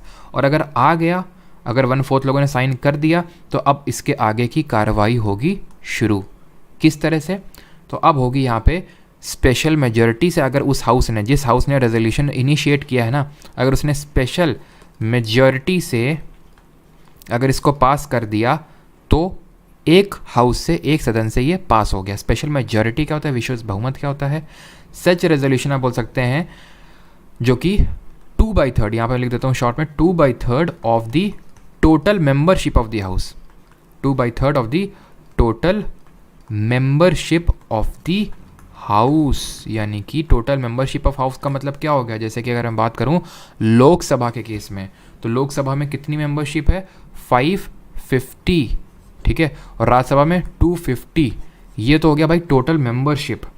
अभी एक तरह की और मेजॉरिटी होती है, वो हम वाइस प्रेसिडेंट के केस में देखेंगे, लेकिन स्पेशल मेजॉरिटी आप समझ गए क्या होती है। तो इससे एक सदन ने पास कर दिया, ठीक है, और यहीं पे मैं क्या, मैं शॉर्ट में लिख दूँ, ये फिर दूसरे सदन में जाता है। चलो आगे लिख देते हैं, जगह की कोई कमी नहीं हमारे पास, भर भर के है। तो ये दूसरे हाउस में भी, सेकंड हाउस में भी, अदर हाउस में भी अगर ये स्पेशल मेजॉरिटी से पास हो गया तो बस राष्ट्रपति जी स्टैंड्स रिमूव्ड। पहले हाउस ने पास कर दिया, जब दूसरे हाउस में जाएगा ना तो राष्ट्रपति के पास ये पूरे एक तरह से पावर तो नहीं बोलेंगे, एक पूरी तरह से उनको ये दिया गया है, अनुमति दी गई है कि वो अपनी बात सामने रख सकते हैं, अपना पॉइंट ऑफ व्यू रख सकते हैं, खुद को एक तरह से एक्सप्रेस करते हैं और कर सकते हैं, और उसके लिए उनको एक लीगल एडवाइज़र भी मिले एक तरह से बोल सकते हैं, या फिर अटॉर्नी जनरल खुद उनकी बात को रख सकते हैं सामने कि हाँ ये सारी चीज़ें हैं। अब यहाँ पे आपने एक चीज़ देखा कि स्पेशल मेजॉरिटी से हटा, अगर दूसरे हाउस ने पास कर दिया, प्रेसिडेंट गेट्स इम्पीच्ड, हो गया काम, खेल खत्म राष्ट्रपति का। आज तक कभी ऐसा खेल खत्म हुआ नहीं है राष्ट्रपति का, बिकॉज वो हमारी सर्वोच्च पोजीशन है। ऐसा खेल खत्म करना मतलब खुद की एक तरह से बदनामी होना एक तरह से है, ठीक है, ये कभी हुआ नहीं है। लेकिन अगर हम देखें तो ये प्रोसेस एक तरह का, इसको हम बोलते हैं quasi judicial process. Quasi judicial मैंने आपको आई थिंक आप लोगों को बताया था या फिर PY की सीरीज़ में। देखिए जुडिशियल का मतलब क्या होता है? जुडिशरी का काम क्या होता है? न्याय देना, ठीक है, लोगों को पनिश करके न्याय देना, उनके ऑफिस से हटाना अगर योग्य नहीं है तो, है ना। कौन सी रिट है जो किसी को ऑफिस से हटाने के काम आती है अगर वो उसके लिए पूरी तरह से योग्य नहीं है? तो बताइए ज़रा, ठीक है। तो यहाँ पे भी जुडिशरी वाला काम हो रहा है ना पार्लियामेंट के द्वारा, लेकिन जुडिशरी नहीं कर रहा है ना, तो इसलिए इसको बोलते हैं क्वाज़ाई जुडिशियल, आधा अधूरा जुडिशियल प्रोसेस इसको बोलते हैं, इस इम्पीचमेंट प्रोसेस को। क्लियर हो गया यहाँ पे? पहले ये बताइए कि आपको क्लियर हुआ। और यहाँ पे जो मैंने डिफरेंस पूछा था, डिफरेंस क्या ज़रा समझ लो, ठीक है। डिफरेंस ये है कि MLAs पार्टिसिपेट, ठीक है, पार्टिसिपेट इन प्रेसिडेंट का इलेक्शन में हिस्सा लेते हैं, बट नॉट इन इम्पीचमेंट, महाभियोग में हिस्सा नहीं लेते हैं, ठीक। दूसरा डिफरेंस है नॉमिनेटेड मेंबर्स या फिर nominated MPs do not take part in election but participate in impeachment. जैसे कि हम बोल सकते हैं PT उषा जी प्रेसिडेंट के इलेक्शन में हिस्सा नहीं लेंगी, लेकिन PT उषा जब हटाने की बात आएंगी तो उछल के आ जाएंगे एकदम दौड़ते हुए अपनी स्पीड में इनको हटाने के लिए, बट पार्टिसिपेट इन रिमूवल या फिर इम्पीचमेंट। ये दो डिफरेंसेस हैं। एक बार मैं चेक कर लेता हूँ किसी का डाउट तो नहीं है। एक आखिरी आर्टिकल फिर बताता हूँ आपको, आर्टिकल नंबर 62, उसके बाद ख़त्म, और उसके बाद मैं आपको समझा दूंगा प्रोपोर्शनल रिप्रेजेंटेशन और trick to learn president. Question कर लेंगे और वाइस प्रेसिडेंट उसके बाद स्टार्ट करेंगे। बिल्कुल सही शिवांगी। गुरुजी सेशन का लिंक डिफेंस वाले भी ग्रुप में डाल दिया करो। बिल्कुल आनंद, अब आप तो इतने, आपको ज़रूरत नहीं ना, इसलिए हमने नहीं डाला, क्योंकि आप लोगों को तो ऑलरेडी डीप पढ़ाया है। विदाउट वायलेंस भी आ सकता है क्या? विदाउट वायलेंस भी आ सकता है मतलब ये कैसा? विदाउट वायलेंस का मतलब क्या हुआ सर? MLC भी कोड कर दीजिए। MLC को कोड करना क्यों ज़रूरत है? MLC ना तो इलेक्शन में है ना तो रिमूवल में है, तो ये कोई डिफरेंस थोड़ी ना हुआ। MLC ना तो इलेक्शन में ना तो उसमें। बिल्कुल पूजा सर। पुड्डुचेरी का क्या सीन है? पुड्डुचेरी का मैं बता देता हूँ। होता क्या है पुडुचेरी का भी मैं आपको सीन बता देता हूँ। देखो दिल्ली और पुडुचेरी दो हमारी यूटीज़ है जहाँ लेजिस्लेटिव असेंबली है। अभी आने वाले कल में मतलब रिसेंटली चुनाव होंगे जम्मू कश्मीर में, तो वहाँ पे भी आपकी क्या आ जाएगी, वहाँ पे भी हमारी लेजिस्लेटिव असेंबली आ जाएगी। ठीक है, तो अगली बट अभी के लिए जितने भी राज्यों जितने भी केंद्र शासित प्रदेशों में लेजिस्लेटिव असेंबली हैं वहाँ के एमएलए, ठीक है, जहाँ जहाँ पे भी है, सारे राज्यों में हमारी लेजिस्लेटिव असेंबली है। और 2 यूटीज़ में मैं लिख देता हूँ 2 UTs have legislative assembly currently, और वो हैं दिल्ली और पुडुचेरी। तो यहाँ के एमएलए भी हिस्सा लेते हैं। मैं यहाँ पे मैंने एमएलए लिखा है। एमएलए का मतलब ये नहीं कि भाई सिर्फ स्टेट का एमएलए, यूटी का एमएलए नहीं, एमएलए एमएलए होता है। ठीक है, my MLA is my MLA, none of your MLA. तो इस तरह से दिल्ली और पुडुचेरी के भी एमएलए इसमें हिस्सा लेते हैं, सिंपल सी बात है। ठीक है, ये मुझे आई होप, चलो मैंने अभी आपने सही डाउट पूछ लिया ये, ताकि किसी और का डाउट ना रहे। दिल्ली और पुडुचेरी के भी इसमें रहते हैं।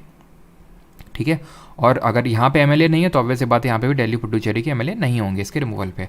आर्टिकल थोड़ा 62 देख लेते हैं। 62 क्या बोलता है, इलेक्शन टू फिल वैकेंसी, यानी कि अगर मान लेते हैं वैकेंसी क्रिएट हो गई प्रेसिडेंट के ऑफिस में, तो कब इलेक्शन होगा, इलेक्शन टू फिल वैकेंसी। अब वैकेंसी किस तरह से होगी, या फिर इलेक्शन टू फिल वैकेंसी। देखो वैकेंसी किस तरह से होगी वो समझ लेते हैं, और कब कब इलेक्शन करवाना है। एक तो टर्म पूरा हो गया, टर्म कंप्लीटेड। ठीक है, टर्म पूरा हो गया। ठीक है, दूसरा हो गया डेथ हो गई। तीसरा है रिज़ाइन कर दिया। ठीक है, और चौथा है रिमूव कर दिए गए, इम्पीच कर दिए गए। जरा इम्पीचमेंट का प्रोसेस हमने कहाँ से लिया, जल्दी फिर से बताओ जल्दी से। तो अगर टर्म पूरा हो गया ना, अब टर्म पूरा हो गया तो हमें पता है ना कि जैसे 1 जुलाई 2000 मान लेते हैं 22 को हमारी प्रेसिडेंट साहिबा आई थी, तो 1 जुलाई 2027 को उनका टर्म पूरा हो जाएगा। ऐसा तो है नहीं सब सो रहे हैं, तो पता है, तो फिर पहले ही जब उसका टेन्योर पूरा होगा उससे पहले ही इलेक्शन करवा लेना है। जब उसका टर्म जैसे फॉर एग्जांपल 1 जुलाई 2027 को पूरा रहा द्रौपदी मुर्मू का, उससे पहले सब चुनाव ना हो जाएंगे, ताकि 1 जुलाई को जब वो जाएँ तो तुरंत उसमें बैठ जाए। यहाँ पे सिंपल बस इतना फंडा है कि प्रेसिडेंट का ऑफिस खाली नहीं रहना चाहिए, क्योंकि देश का सर्वोच्च पद है बस। और अगर डेथ होता है, रिज़ाइन देता है, किसको देगा, हमने देखा था वाइस प्रेसिडेंट को। और अगर रिमूव कर दिया जाता है, इन तीनों केसेस में क्या होता है, टेम्प्रेरी तौर पे एक एक्टिंग प्रेसिडेंट बना दिया जाता है वाइस प्रेसिडेंट जी को। Vice president acts as a acting president, लेकिन मैक्सिमम 6 मंथ्स के लिए, क्योंकि इन 6 महीने के अंदर अंदर चुनाव करवा के परमानेंट प्रेसिडेंट चुन लेना है। फॉर एग्जांपल वाइस प्रेसिडेंट नहीं है तो CJI, ये नहीं है तो आपके सीनियर मोस्ट जज ऑफ सुप्रीम कोर्ट। ठीक हुआ था, जैसे जाकिर हुसैन जी की डेथ हो गई थी, प्रेसिडेंट थे, ठीक है, फिर वाइस प्रेसिडेंट VV गिरी थे, तो VV गिरी वो उनको चुनाव लड़ने के लिए चले गए, बोलते हैं हम इंटरेस्टेड नहीं है, हम परमानेंट प्रेसिडेंट बनेंगे। फिर बाद में परमानेंट प्रेसिडेंट बन के आए वो, ठीक है, तो फिर वो भी नहीं उस समय अवेलेबल थे। तो फिर जस्टिस M हिदायतुल्लाह वो बने थे एक्टिंग प्रेसिडेंट कुछ समय के लिए। और जब कोई भी एक्टिंग प्रेसिडेंट बनता है ना, तो सारी पावर्स प्रेसिडेंट वाली होती हैं, सैलरी हो गई, पावर्स हो गए, सब कुछ मिलता है प्रेसिडेंट वाला। ठीक है, सब कुछ ये मिलता है प्रेसिडेंट वाला। ऐसा नहीं कि वो वाइस प्रेसिडेंट है तो वाइस प्रेसिडेंट की सैलरी रिसीव करेगा, काम प्रेसिडेंट वाला करेगा, नहीं। अगर प्रेसिडेंट में चला गया वो तो सब कुछ उसको मिलेगा उसमें। ठीक है, और 6 महीने के अंदर चुनाव कर लेना अगर इस वजह से वैकेंसी होती है। अब यहाँ पे मैं बता देता हूँ ट्रिक क्या है, क्योंकि ट्रिक बहुत अच्छी लगती है तुम लोगों को, है ना, ट्रिक बहुत अच्छी लगती है, तो ट्रिक समझ लो क्या है। ठीक है, यहाँ कुछ छूट तो नहीं रहा। अच्छा जल्दी से बताओ, प्रेसिडेंट जो हमारी द्रौपदी मुर्मू जी हैं वो कौन से नंबर की हैं प्रेसिडेंट। ठीक है, तो टिरिक समझ लो यहाँ पे। तो टिरिक में हम लेंगे प्रेम जी को। ठीक है, प्रेम जी, प्रेम नहीं, प्रेम चोपड़ा। ठीक है, प्रेम जी को ट्रैकिंग बहुत पसंद है। प्रेम जी को क्या है, ट्रैकिंग बहुत पसंद है। ठीक है, इसलिए हमने प्रेम जी से बोला कि प्रेम जी, इसलिए हमने प्रेम जी से बोला प्रेम जी, या तो चलो यहीं पे अब लिख ही लेते हैं, नहीं वैसे तो मुझे बताना कहीं और था, चलो यहीं पे लिख लेते हैं, थोड़ा सा लिखने का टाइम बच जाएगा। तो चलिए यहाँ पे लिख देते हैं, यहाँ पे ट्रिक को लिख दें क्या, ठीक है यहीं पे लिख देते हैं। तो प्रेम जी हैं आपके, ठीक है, प्रेम जी हैं जिनको ट्रैकिंग बहुत पसंद है। ठीक है, ट्रैकिंग बहुत पसंद है, तो इसलिए हमने उनसे बोला Prem ji come on time please, come on time, ठीक है, कम ऑन टाइम नहीं इन टाइम लगाएंगे, यहाँ पे अंग्रेजी मत लगाना अपनी, ठीक है, कम ऑन टाइम। अब देखिए सारे आपको याद हो जाएंगे। पीस, पी आर से हो गया कि president, there shall be president of India. E से हो गया उसका election, executive power of the union है। ई से हो गया आपका इलेक्शन ऑफ प्रेसिडेंट। एम से हो गया मैनर ऑफ इलेक्शन। टी से हो गया term of office. R E से हो गया eligibility for re election. Q से हो गया क्वालिफिकेशन। सी से हो गया condition of office of president. O से हो गया ओथ ऑफ प्रेसिडेंट। आई से हो गया, इन से हो गया इम्पीचमेंट। टाइम से हो गया time of holding election to fill the vacancy of the president. खत्म हो गए। तो प्रेम जी पे हमारी ट्रिक बेस्ड थी कि प्रेम जी को है ट्रैकिंग पसंद, तो इसलिए हमने उनसे कहा कि Prem ji please come on time, please Prem ji, ठीक है। प्रेम पीड़ा का सागर है।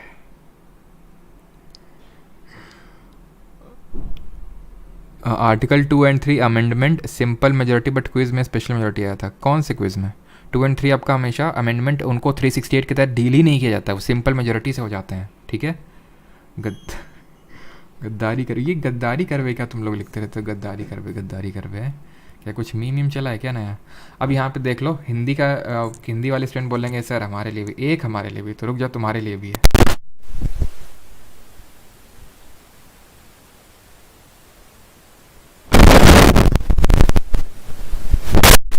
वॉइस आ रही होगी अभी आई थिंक प्रॉपर, है ना, बीच में चली गई होगी ना अभी वॉइस। चलो बीच बीच में कभी कभी दिक्कतें आती रहती हैं, खैर कोई नहीं, इन दिक्कतों से लड़ के हम लोग आगे बढ़ते हैं और ट्रिक देखते हैं हिंदी मीडियम स्टूडेंट्स के लिए जल्दी से, ताकि हम लोग क्वेश्चन लगा सकें।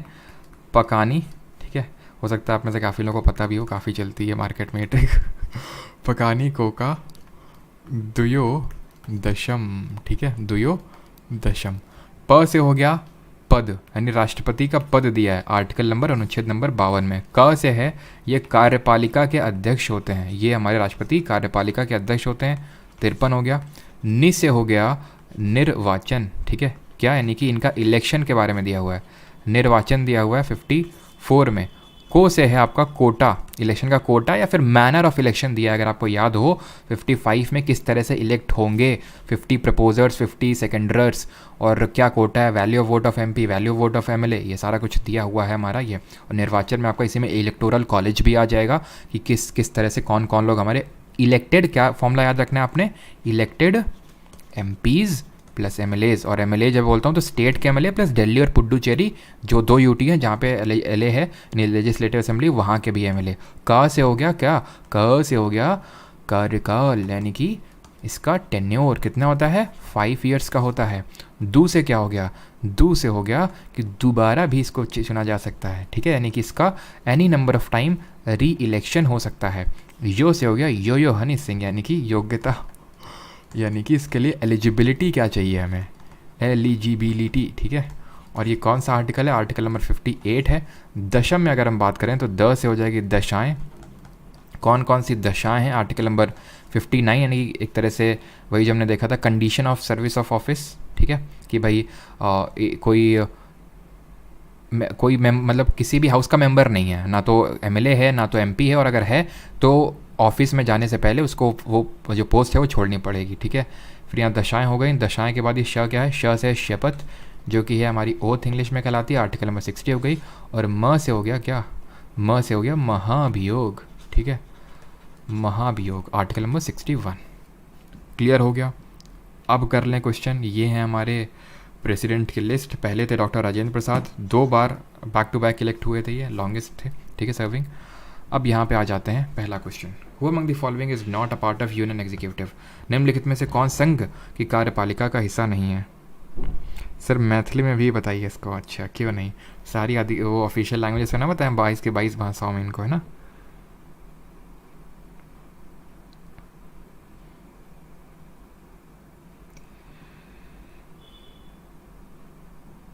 हिंदी बोल के पता नहीं कौन सी भाषा था दी, गद्दारी कर दी आपने, ये कैसा कह रहे हो तुम, हैं।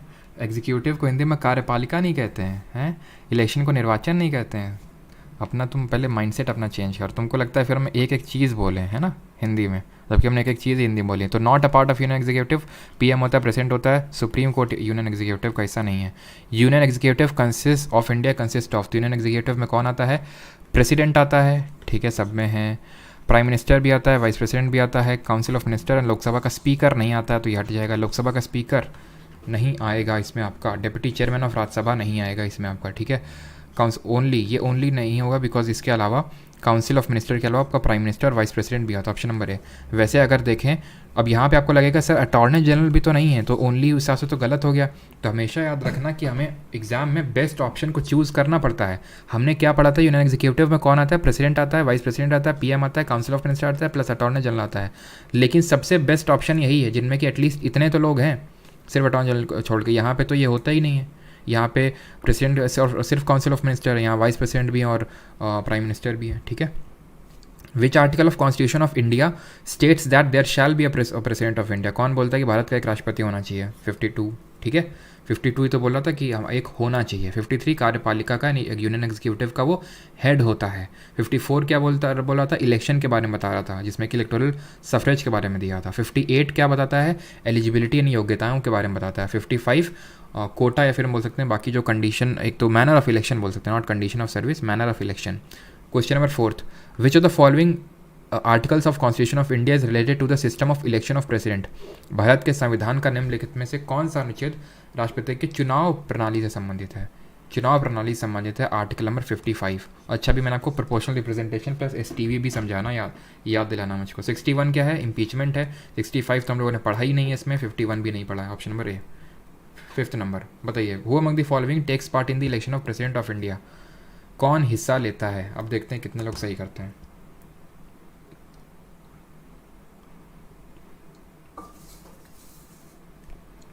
और अभी एक चीज़ मैंने आपको बताई नहीं है प्रेसिडेंट को लेके, इलेक्शन डिस्प्यूट कौन देखता है, लेकिन क्यों नहीं बताई, क्योंकि अभी वो इस आर्टिकल में नहीं आती। वो जब आखिरी आर्टिकल देखेंगे ना, वाइस प्रेसिडेंट का जब देख लेंगे तो उसमें है वो, क्योंकि प्रेसिडेंट और वाइस प्रेसिडेंट दोनों के आर्टिकल से एक ही बंदा डील करता है और वो आखिरी आर्टिकल में वो, ठीक है।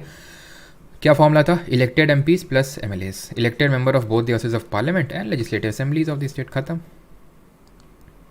इलेक्टेड नॉमिनेटेड होते ही नहीं है। Elected member of both the houses of parliament only इसलिए गलत है क्योंकि एमएलए भी होते हैं, नॉमिनेटेड होते नहीं, option number A. 6th, which of the following is not correct with reference to the election of president of India, ये बहुत ध्यान से पढ़ा करिए, नॉट लिखा है या फिर क्या लिखा हुआ है, बिकॉज आपको क्वेश्चन आता है, जैसे फॉर एग्जाम्पल ये आता है आपको, ठीक है, कायदे से अभी आपने पढ़ा है, लेकिन अगर नॉट नहीं देखेंगे तो फिर आती हुई चीज़ फिर गलत हो जाएगी आपकी, वो काफ़ी बहुत ज़्यादा आपको दर्द देती है, लंबे समय तक दर्द देती है, बार बार दर्द देती है। भारत के राष्ट्रपति के चुनाव के संदर्भ में निम्नलिखित में से कौन सा कथन सही नहीं है। ही शी, मतलब ही शी से मतलब है ही और she is indirectly elected by elected MPs and MLAs, बिल्कुल सही बात है, इनडायरेक्ट इलेक्शन होता है, प्रत्यक्ष रूप से होता है, ठीक है, वही लिखा हुआ है यहाँ पे। तो president is elected for a period of 5 years, सही है। All doubts and dispute in connection with the president election can be inquired into and decided by both the Supreme Court and High Court. Election takes place in accordance with the principle of proportional representation. तो अभी बताया था ना आपको, 54 में दिया हुआ है proportional representation plus single transferable vote, ठीक है, सॉरी 54 बोल रहा हूँ, 55 में, अनुच्छेद 55 में दिया हुआ है कि अनुपातिक प्रतिनिधित्व और एकल सेकंड मत से होता है, ये भी सही है। ये इसलिए गलत है क्योंकि अभी हम देखेंगे कि जो प्रेसिडेंट और वाइस प्रेसिडेंट का जो इलेक्शन डिस्प्यूट होता है वो हमारा सुप्रीम कोर्ट देखता है, हाई कोर्ट नहीं देखता है। मतलब इस क्वेश्चन ने ठान रखा था कि मेरे सस्पेंस को खत्म करके रखना है। Question number 7, in case the president wishes to resign to whom is he to address his resignation letter, यदि राष्ट्रपति को इस्तीफा देना चाहता है तो उसे अपना त्यागपत्र किसे संबोधित करना होगा। तो अभी हमने देखा था प्रेसिडेंट वाइस प्रेसिडेंट को दे देता है, वाइस प्रेसिडेंट प्रेसिडेंट को दे देता है। 8, which of the following articles of the constitution of India is related to the oath और एफर्मेशन ऑफ द प्रेसिडेंट, यानी कि राष्ट्रपति की शपथ से इसमें से कौन सा अनुच्छेद संबंधित है। शपथ की अगर बात करें तो यह आता है article number 60, option number B. 57 की अगर बात करें तो री इलेक्शन की बात करता है, री election any number of time हो सकता है, 66 नहीं पड़ा है। 54 की अगर बात करें तो ये बात करता है इलेक्शन की, यानी कि इलेक्टोरल कॉलेज में कौन कौन आता है। 9th, the president ordinance can remain in force, ordinance अभी हमने नहीं पढ़ा है और ये हम पार्लियामेंट चैप्टर में पढ़ेंगे और ऑर्डिनेंस दोनों का एक साथ पढ़ेंगे, राष्ट्रपति और राज्यपाल दोनों का। What does article number 61 of constitution deal with, अनुच्छेद 61 किससे संबंधित है, बताने की ज़रूरत नहीं है। फंडामेंटल ड्यूटी अगर बात करें 51A है, इमरजेंसी पढ़ी नहीं अभी। 11th, who is the head of state and is the highest formal authority of in India, again president first citizen of India, supreme commander of defence forces and head of country. In case of death of president of India the dash will act as the president of India. Bharat के राष्ट्रपति की मृत्यु के मामले में कौन भारत के राष्ट्रपति के रूप में कार्य करेगा? Parliament chosen candidate, PM, chief justice of India, फिर अटॉर्नी जनरल। तो हमने अभी देखा था कि हमारा क्या लिखा हुआ, वाइस प्रेसिडेंट यहाँ पे लिखा हुआ नहीं है, तो फिर सीजीआई होगा, खत्म, ऑप्शन नंबर सी। एक क्वेश्चन और कर लीजिए, फिर बाकी क्वेश्चन आप खुद से करेंगे, इसके बाद हम लोग वाइस प्रेसिडेंट पढ़ेंगे खुद से। मतलब पीपीटी आपकी तुरंत अपलोड ही हो जाती है लेक्चर खत्म होने के 5 मिनट के अंदर प्राइवेट टेलीग्राम ग्रुप में, तो वहाँ से आप अटेम्प्ट करेंगे। अगर कोई प्रॉब्लम होगा तो आप पूछेंगे फिर। विच of the following article of constitution of India. और आप लोगों का मोस्ट प्रोबेबली आज आप लोगों का एक रात में टेलीग्राम पे लाइव होगा, जो प्राइवेट टेलीग्राम ग्रुप है वहाँ पे, ठीक है। तो भारत के संविधान का, और अराउंड मैं आपको टाइमिंग बता दूंगा अगर जितने भी टाइम होगा, तो भारत के संविधान का निम्नलिखित में से कौन सा अनुच्छेद राष्ट्रपति को अध्यादेश अगेन हमने नहीं पढ़ा है अभी, ऑर्डिनेंस। विच ऑफ द, चलो एक क्वेश्चन और कर लो, फिर इसके बाद बढ़ते हैं वाइस प्रेसिडेंट की तरफ। आखिरी question sir, important points related to president बता दीजिए। कैसी बात कर रहे हो Vikas Chaudhary, important points related to president बता दीजिए मतलब अभी तक हम क्या पढ़ रहे थे, कुछ और पढ़ रहे थे क्या? हाँ, नॉट करेक्ट। यहाँ पे मैंने सिर्फ इंपॉर्टेंट वाली चीज़ें बताई हैं, नहीं तो फिर हैं तो बताने का बहुत सारी भी चीज़ें हैं, ठीक है। तो नॉट करेक्ट पूछा है। President hold office for period of 5 years, he is a part of parliament. हम देखेंगे पार्लियामेंट में कि ये पार्लियामेंट का हिस्सा होता है, क्योंकि कोई भी बिल इसके सहमति के बिना एक्ट नहीं बन सकता है। Every bill pass by parliament goes to president for is assent before it becomes a law. सही है, तो ये गलत होगा, क्यों? क्योंकि हम देखेंगे, अभी हमने पढ़ा नहीं है कि मनी बिल पास करने के लिए जब पास होता है तो इससे पूछ के किया जाता है, इसलिए ये उस बिल को लौटा नहीं सकता है, लेकिन अभी हमने नहीं पढ़ा है। खैर, यहाँ तक आपको क्वेश्चन करने हैं 23 तक। अब हम आते हैं वाइस प्रेसिडेंट ऑफ इंडिया में, यानी कि भारत के उपराष्ट्रपति के बारे में, ठीक है। Vice president of India article number 63 to 71। फिर से चलो यार, प्रोपोर्शनल रिप्रेजेंटेशन, चलो अभी मैं ये खत्म कर देता हूँ, वाइस प्रेसिडेंट फिर समझा देता हूँ, ठीक है, क्योंकि इसमें भी वही प्रोपोर्शनल रिप्रेजेंटेशन और एसटीवी ही काम करता है इसके भी इलेक्शन में। 63 से लेके 71 तक दिया है हमारा वाइस प्रेसिडेंट ऑफ इंडिया के बारे में, यानी कि भारत के उपराष्ट्रपति के बारे में, जो कि अगर हम कॉन्स्टिट्यूशनल पोजीशन टर्म्स में जाएं तो भारत में दूसरे नंबर पे आता है। टॉप पे आता है हमारा प्रेसिडेंट जी बैठते हैं, और सेकंड नंबर पे हमारे बैठते हैं वाइस प्रेसिडेंट ऑफ इंडिया। ये लिस्ट है हमारे भारत के उपराष्ट्रपति लोग की जो रहे, और अभी करंट में हमारे जगदीप धनखड़ जी हैं, जो कौन से नंबर के हैं? ये हैं हमारे 14th नंबर के वाइस प्रेसिडेंट। पहले थे हमारे सर्वपल्ली राधाकृष्णन, जो कि लॉन्गेस्ट सर्विंग आपके वाइस प्रेसिडेंट थे।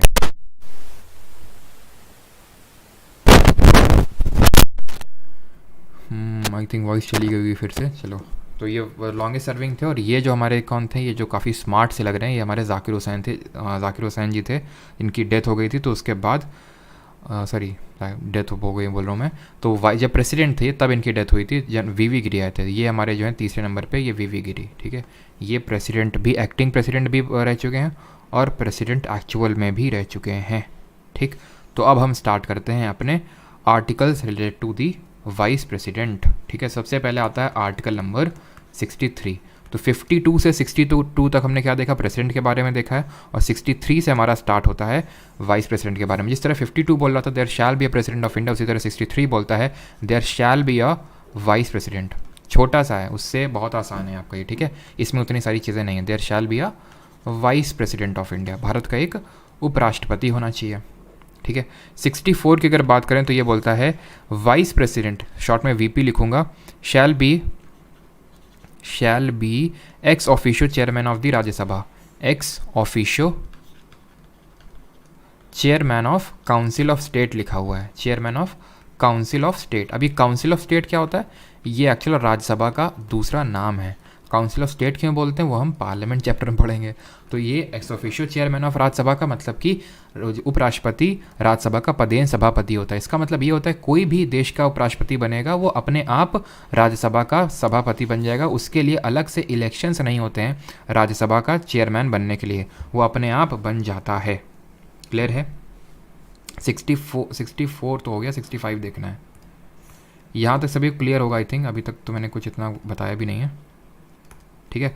65 क्या बोलता है कि अगर कोई इस तरह से कैजुअलिटी हो जाती है तो वाइस प्रेसिडेंट के फंक्शंस को डिस्चार्ज करेगा, यानी कि vice president to act as president और to discharge his functions during casual vacancies, casual vacancies मतलब फॉर एग्जांपल उनकी हेल्थ सही नहीं है, उनकी बिटिया की शादी है, तो फिर उस केस में वाइस प्रेसिडेंट उनका एक तरह से पद धारण करेंगे, किसका?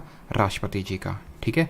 फिर 66 में दिया हुआ है, मैं बार बार गलत क्यों लिख देता हूँ यहाँ, 66 में दिया हुआ है election of vice president, election of vice president यानी कि उपराष्ट्रपति जी का चुनाव दिया इसमें, और इनके चुनाव में कौन कौन हिस्सा लेता है और कैसे चुनाव होता है वो यहाँ पे चीज़ें लिखी हुई हैं।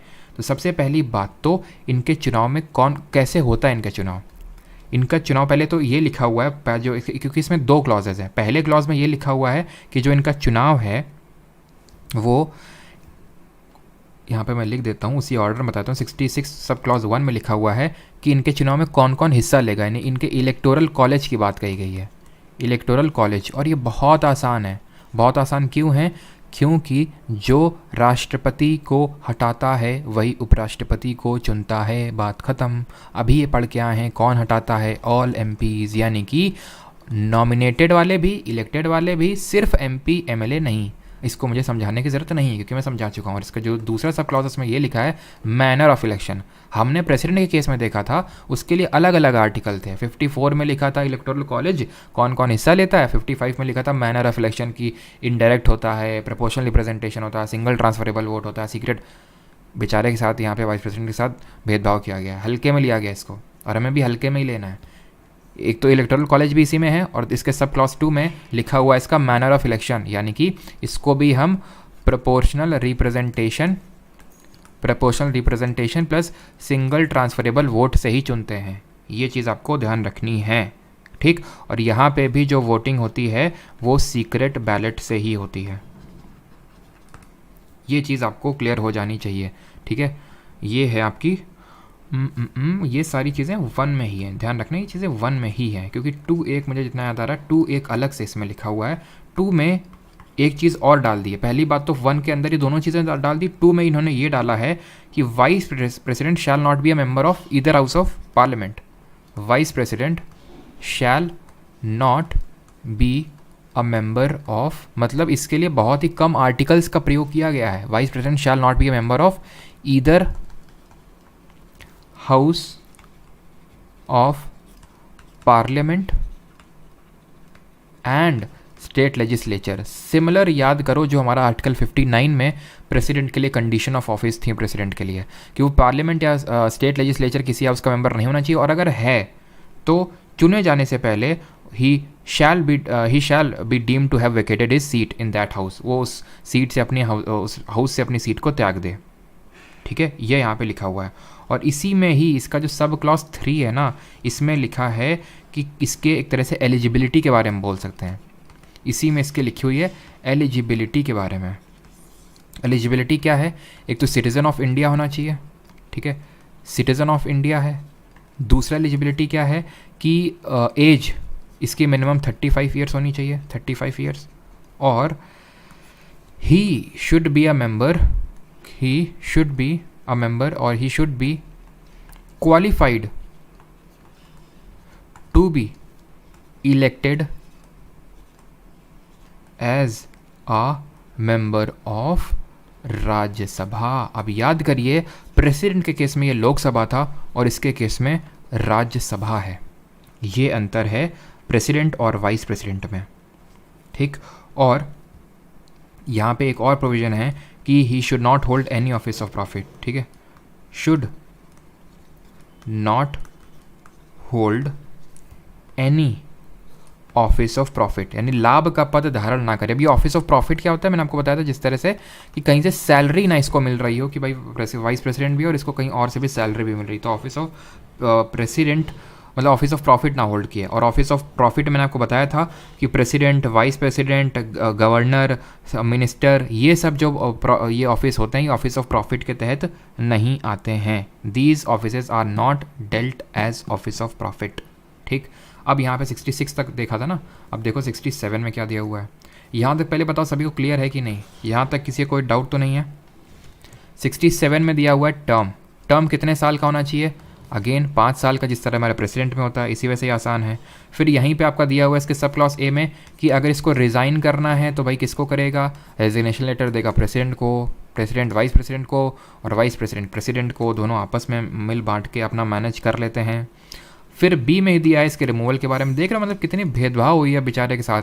प्रेसिडेंट के लिए अलग से आर्टिकल 61 लिखा हुआ है और इसके लिए मतलब उसी में सब डाले पड़े हैं रिमूवल का भी। तो इसके रिमूवल के लिए ध्यान रखना, रिमूवल, अब यहाँ पे अंतर है रिमूवल में, क्या अंतर है? वहाँ पे हमने देखा था इम्पीचमेंट जब प्रेसिडेंट का होता है, पर उसके इम्पीचमेंट को इम्पीचमेंट मतलब मेरा कुत्ता, क्या एक डायलॉग चला था कि तुम्हारा कुत्ता टॉमी, मेरा कुत्ता कुत्ता, ऐसा कुछ था ना। उसी तरह मतलब प्रेसिडेंट का ये वाइस प्रेसिडेंट बोलेगा, उसके रिमूवल को इम्पीचमेंट बोल रहा हूँ, मेरे रिमूवल को रिमूवल बोल रहा हूँ। वो इसको उसको इम्पीचमेंट क्यों बोल रहा हूँ? क्योंकि वो देश का सबसे सर्वोच्च पद है, तो हटाएंगे, थोड़ी इज्जत दे के हटाएंगे, ठीक है। तो इसलिए वहाँ पे हमने इम्पीचमेंट टर्म का यूज़ किया, यहाँ पे रिमूवल सिंपल टर्म यूज़ करते हैं। और इसके रिमूवल में है अंतर। उसके प्रेसिडेंट के केस में अगर बात करें तो लोकसभा राज्यसभा के पास इक्वल पावर्स थी, स्पेशल मेजोरिटी से पास करते थे और रिमूव हो जाते थे भाई साहब। यहाँ पे राज्यसभा के पास ज़्यादा पावर हम बोल सकते हैं। रिमूवल का जो रेजोल्यूशन है वो सिर्फ राज्यसभा में आ सकता है। कहाँ पे?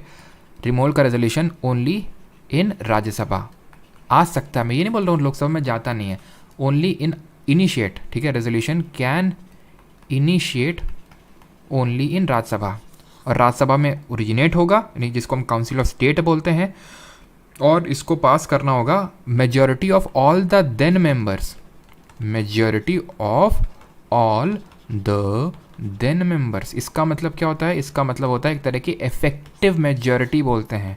इफेक्टिव मेजॉरिटी मतलब फॉर एग्जांपल मान लेते हैं राज्यसभा में मैक्सिमम 250 मेंबर हो सकते हैं, लेकिन अभी कितने हैं? 245। तो ये है effective, all the then members जितने हैं, तो इसको बोलते हैं हम इफेक्टिव मेजॉरिटी। तो इफेक्टिव मेजॉरिटी से रिमूव किया जाता है प्रेसिडेंट को स्पेशल मेजॉरिटी से, इनको इफेक्टिव मेजॉरिटी से पास हो गया ना। इसके बाद लोकसभा में जाएगा और इसमें क्या लिखा हुआ है कि रिमूवल का resolution can initiate only in Rajya Sabha भाई, वो पास होगा भाई majority of all the then members and agreed by Lok Sabha. बस इतना लिखा हुआ है, and agreed to by the Lok Sabha या फिर lower house of the session या फिर हाउस ऑफ पीपल, डिफरेंट नाम होते हैं लोकसभा के। क्लियर है? और इसमें भी वही 14 दिन का नोटिस है। अगर आप रेजोल्यूशन स्टार्ट कर रहे हो तो प्रेसिडेंट के केस में जिस तरह उस वहाँ पे यहाँ पे भी ये 14 दिन का आपको नोटिस देना है। यानी कि रिमूवल का रेजोल्यूशन सिर्फ राज्यसभा में आ सकता है, इफेक्टिव मेजोरिटी से वहाँ पास होगा, और एक तरह से सिंपल मेजोरिटी से बस लोकसभा एग्री कर दे, वाइस प्रेसिडेंट आपके हट जाएंगे, ठीक है। और सब क्लॉज सी में ये लिखा हुआ है कि ये अपने ऑफिस में तब तक रहेंगे जब तक दूसरा वाइस प्रेसिडेंट आ नहीं जाता ऑफिस में। क्लियर है? अब आ जाते हैं 68 पे, बस ख़त्म होने की कगार पे आ गए हमारे वाइस प्रेसिडेंट जी। इनके 68 में लिखा हुआ है time of holding election, to fill vacancy, जो हमारा किस आर्टिकल में था? 62 में था प्रेसिडेंट के लिए। तो time of holding election to fill vacancy, और इसमें क्या है कि अगर टर्म उसका पूरा हो रहा है तो भाई उसका जाने से पहले उसका फिल कर दो, लेकिन अगर मान लो उसकी कुछ डेथ हो गया, उसने रिज़ाइन कर दिया या फिर उसको रिमूव कर दिया गया, तो कोई एक एक्टिंग वाइस प्रेसिडेंट बन जाएगा और 6 महीने के अंदर, ठीक है, इसका इलेक्शन आपको करवाना होगा। और एक तरह से यहाँ पे 60 दिन का एक टाइम पीरियड भी मेंशन किया गया है कि उसके जाने से 60 दिन के अंदर अंदर आपको 60 डेज़ के अंदर अंदर उसका इलेक्शन करवा लेना है, 2 मंथ्स के अंदर अंदर, ठीक है। अब पहले ये बताओ यहाँ तक सभी का क्लियर है कि नहीं, यहाँ तक किसी कोई डाउट तो नहीं है? बिकॉज यहाँ तक आपका ख़त्म हो गया है। अब इसके बाद ओथ बाकी है, फिर उसके बाद थोड़ा सा प्रेसिडेंट के जो फंक्शंस को डिस्चार्ज करेगा वो सारी चीज़ें, लेकिन यहाँ तक आपके इंपॉर्टेंट थे। पहले ये बताओ यहाँ तक किसी कोई डाउट तो नहीं है?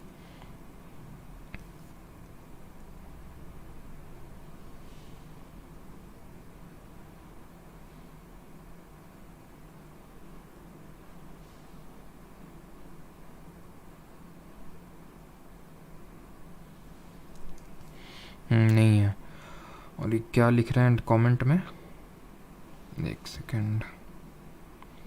स्पेशल मेजोरिटी सर, फिर क्या वीपी को वाइस प्रेसिडेंट एंड चेयरमैन दोनों की सैलरी मिलती है? नहीं, उसको वाइस प्रेसिडेंट की सैलरी मिलती है, दोनों की नहीं।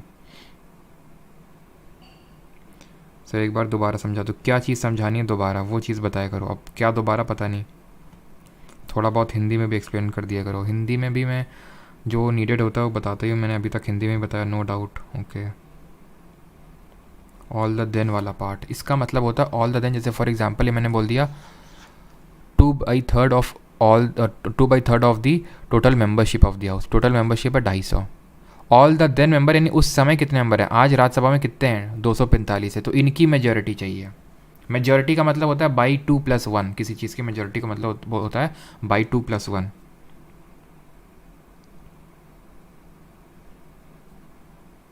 एक्टिंग वीपी कौन बनता है, एक्टिंग वीपी अगर हम बात करें, जैसे वाइस प्रेसिडेंट नहीं है तो सीजीआई हमारे बन जाएंगे, या फिर टीयर 2 से पहले कोर्स कंप्लीट हो जाएगा क्या, टीयर 2 से नहीं हो पाएगा, मैंने आपको पहले ही बोला था कि टीयर 2 से पहले आपका, टीयर 2 की अगर हम बात करूँ तो अक्टूबर मंथ में 15 से लेके, अब एग्जैक्ट डेट तो नहीं आई है टीयर 2 की, लेकिन 15 से लेके 30 अक्टूबर के बीच में, वो कभी भी हो सकता है, लेकिन मैं ये कोशिश करूँगा कि आपका टीयर 2 तक काफ़ी सारी मैक्सिमम चीज़ें ख़त्म हो जाएं, ताकि आपको जो टीयर 2 वाले स्टूडेंट्स हैं उनको भी बेनिफिट मिल सके, ठीक है।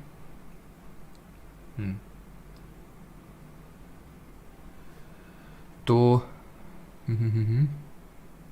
क्या मैं कुछ डाउट का आंसर कर रहा था ना आप लोगों के, हाँ, कि मतलब वो एक्टिंग वाइस प्रेसिडेंट, तो वो समझ गया ना, सीजीआई करता है या फिर कोई सीनियर मोस्ट जज करेगा, ठीक है। आई होप यहाँ तक क्लियर होगा। अभी आ जाते हैं आर्टिकल नंबर 69 में, बिकॉज यहाँ तक आई थिंक किसी को कोई डाउट नहीं है, सब फर्जी की बातें चल रही हैं।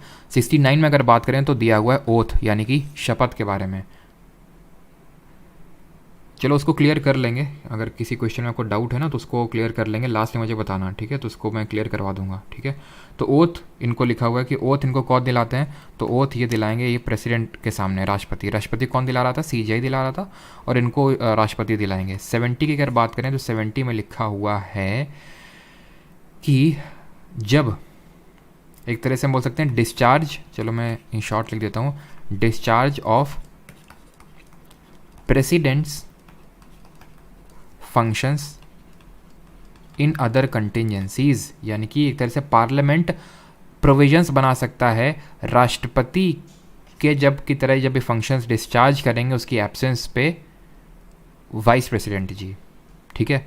तो किस किस तरह के फंक्शंस उनको परफॉर्म करना पड़ेगा, आर्टिकल 70 में मेंशन्ड है, उतना ज़्यादा इंपॉर्टेंट ये नहीं है। एंड नाउ आर्टिकल नंबर 71 आता है जो कि बेहद इम्पॉर्टेंट है, एंड दैट इज़ कि ऑल डाउट, ये आखिरी आपका आर्टिकल है, all doubts and disputes, all doubts and disputes, या फिर इलेक्शन लिख दूँ, ऑल इलेक्शन, ठीक है, election doubt and disputes shall be, ठीक है, और in the case of president and vice president shall be inquired and decided by supreme court only. जब मैं सुप्रीम कोर्ट ओनली बोल रहा हूँ दैट मीन कि सुप्रीम कोर्ट का ही डिसीजन भी फाइनल होगा, उसी का डिसीजन फाइनल होगा। यानी कि अगर प्रेसिडेंट और वाइस प्रेसिडेंट का कुछ इलेक्शन का डिस्प्यूट आता है कि अगर फॉर एग्जांपल कोई एक कैंडिडेट है बोलता है कि सही तरह से इलेक्शन नहीं हुआ है या फिर ये चीज़ सही नहीं हुई है, तो वो केस जाएगा सुप्रीम कोर्ट के पास। लेकिन कोई भी बंदा इसलिए नहीं जा सकता है सुप्रीम कोर्ट कि भाई वहाँ पे एक पर्टिकुलर सीट खाली थी, जैसे फॉर एग्जांपल प्रेसिडेंट के इलेक्शन के केस में एमएलए भी हिस्सा लेते हैं, तो वो ये नहीं बोल सकते कि उस एमएलए की सीट खाली थी इसलिए उसके इलेक्शन को नल एंड वॉइड डिक्लेयर किया जाए, ऐसा नहीं हो सकता है। बाकी केस में आप जा सकते हैं। और ये तो पहला प्रोविज़न है। इसका दूसरा प्रोविज़न ये बोलता है कि जो भी काम किया गया है इनके द्वारा, जैसे फॉर एग्जांपल मान लेते हैं प्रेसिडेंट के इलेक्शन का डिस्प्यूट जाता है सुप्रीम कोर्ट के पास और सुप्रीम कोर्ट बोलता है कि हाँ बात तो सही है, और सुप्रीम कोर्ट प्रेसिडेंट के इलेक्शन को नल एंड वॉइड डिक्लेयर कर देता है कि जो भी प्रेसिडेंट जिस प्रोसेस से चुने गए थे वो प्रेसिडेंट अब नहीं रहेंगे, फिर से चुनाव होंगे। तो उस टाइम तक जो भी प्रेसिडेंट रहे थे, फॉर एग्जांपल मान लेते हैं कि 1 महीने तक वो प्रेसिडेंट रहे थे जब तक सुप्रीम कोर्ट का ऑर्डर आया था, तो जो भी उन्होंने उस 1 महीने में काम किया है उसको इनवैलिड डिक्लेयर नहीं किया जा सकता, वो काम वैलिड रहेगा।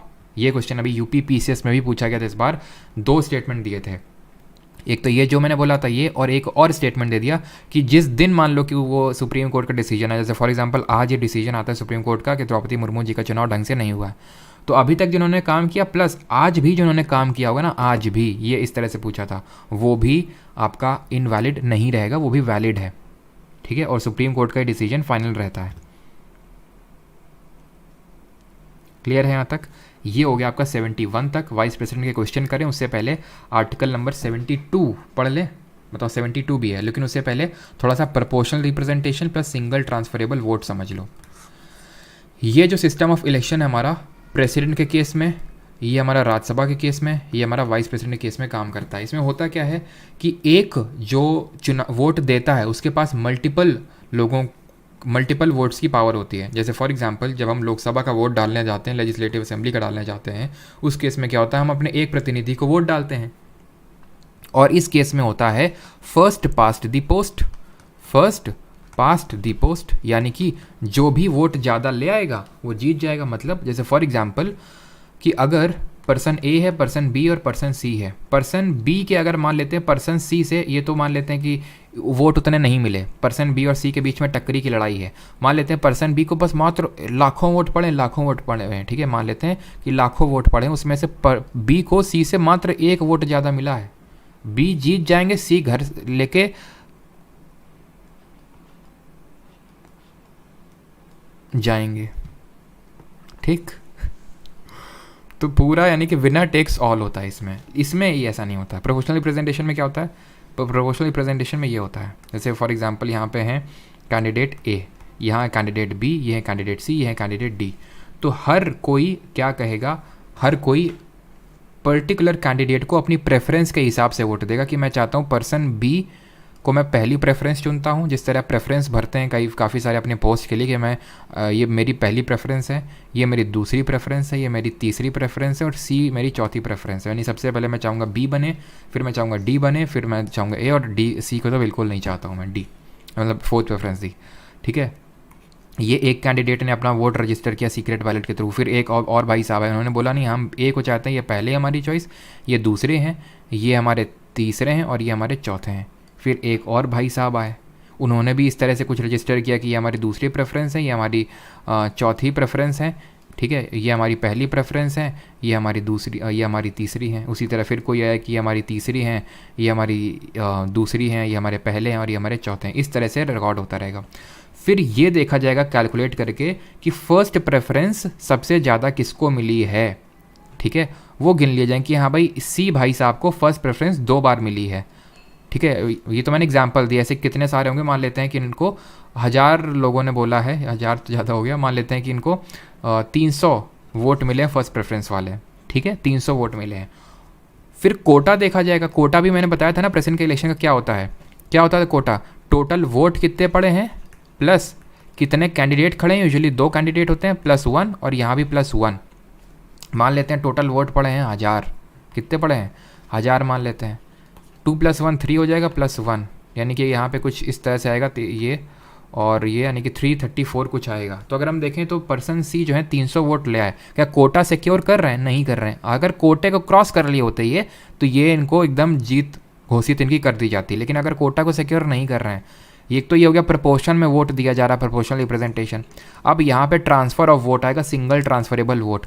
अब यहाँ पे ये देखा जाएगा कि कोटा तो सिक्योर कर नहीं रहे, तो भैया जिताओ किसी ना किसी को। इसके लिए अब ये देखा जाएगा कि सबसे गंदा किसने परफॉर्म किया, यानी कि सबसे मतलब कि चौथी रैंकिंग सबसे ज़्यादा किसको मिली है, तो डी साहब को मिली है, तो डी को बोल दिया जाएगा देखो भाई तुम्हारे जीतने के चांसेस तो बिल्कुल नहीं है, तो तुम निकल लो और तुम्हारे वोट हैं बाकी लोगों में बट जाएंगे। जैसे कि फॉर एग्जांपल किसी ने बोला था कि भाई हमारी डी सेकंड प्रेफरेंस ये है, ठीक है, और अगर ये ना हो तो थर्ड प्रेफरेंस ये है, तो ये इसको मिल जाएगा, इस तरह से इनका हो जाएगा, ठीक है, यानी कि इनके वोट को ट्रांसफ़र कर दिया जाएगा, तब तक वोट को ट्रांसफ़र किया जाएगा, कर दिया गया।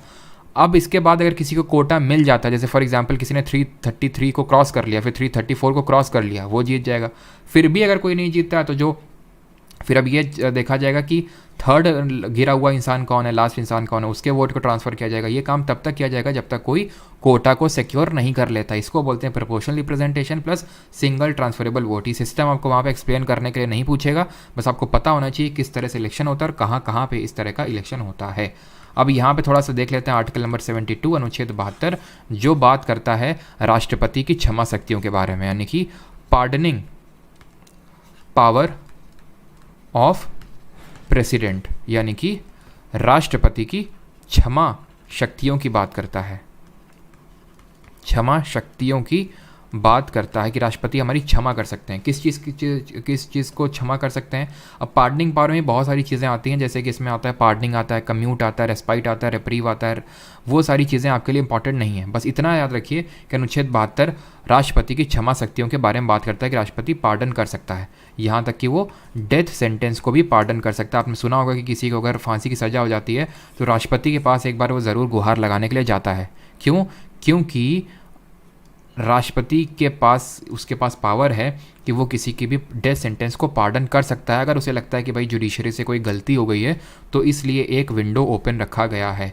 इसी तरह का विंडो हमारा एक गवर्नर के पास भी है, वो आर्टिकल नंबर 161 अनुच्छेद नंबर 161 है, जिसके तहत दिया हुआ है पार्डनिंग पावर ऑफ गवर्नर, यानी राज्यपाल की क्षमा शक्ति।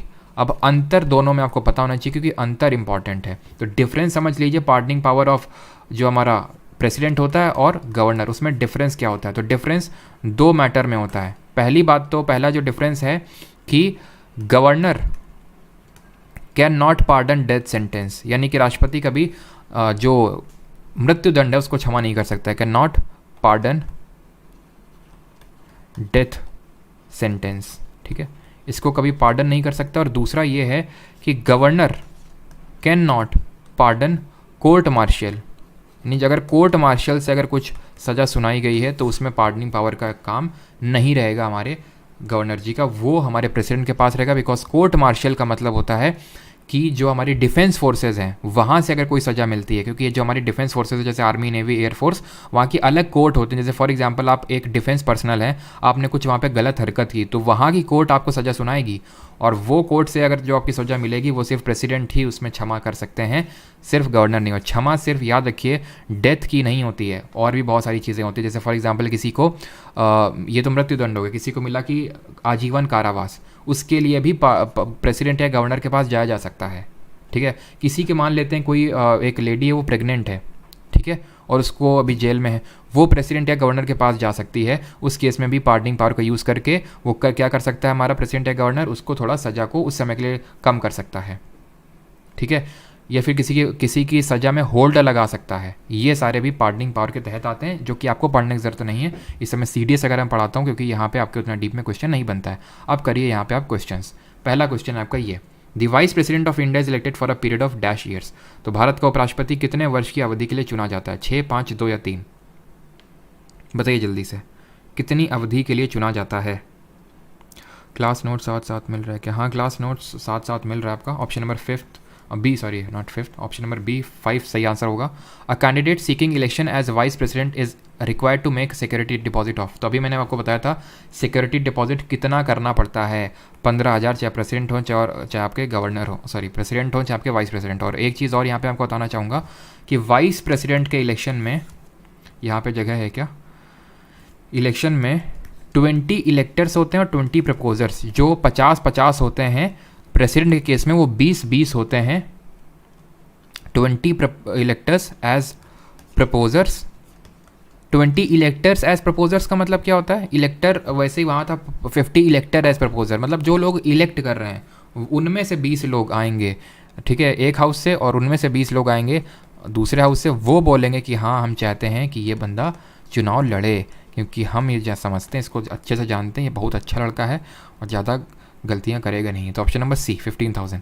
The vice president of India is elected by electoral college consisting of.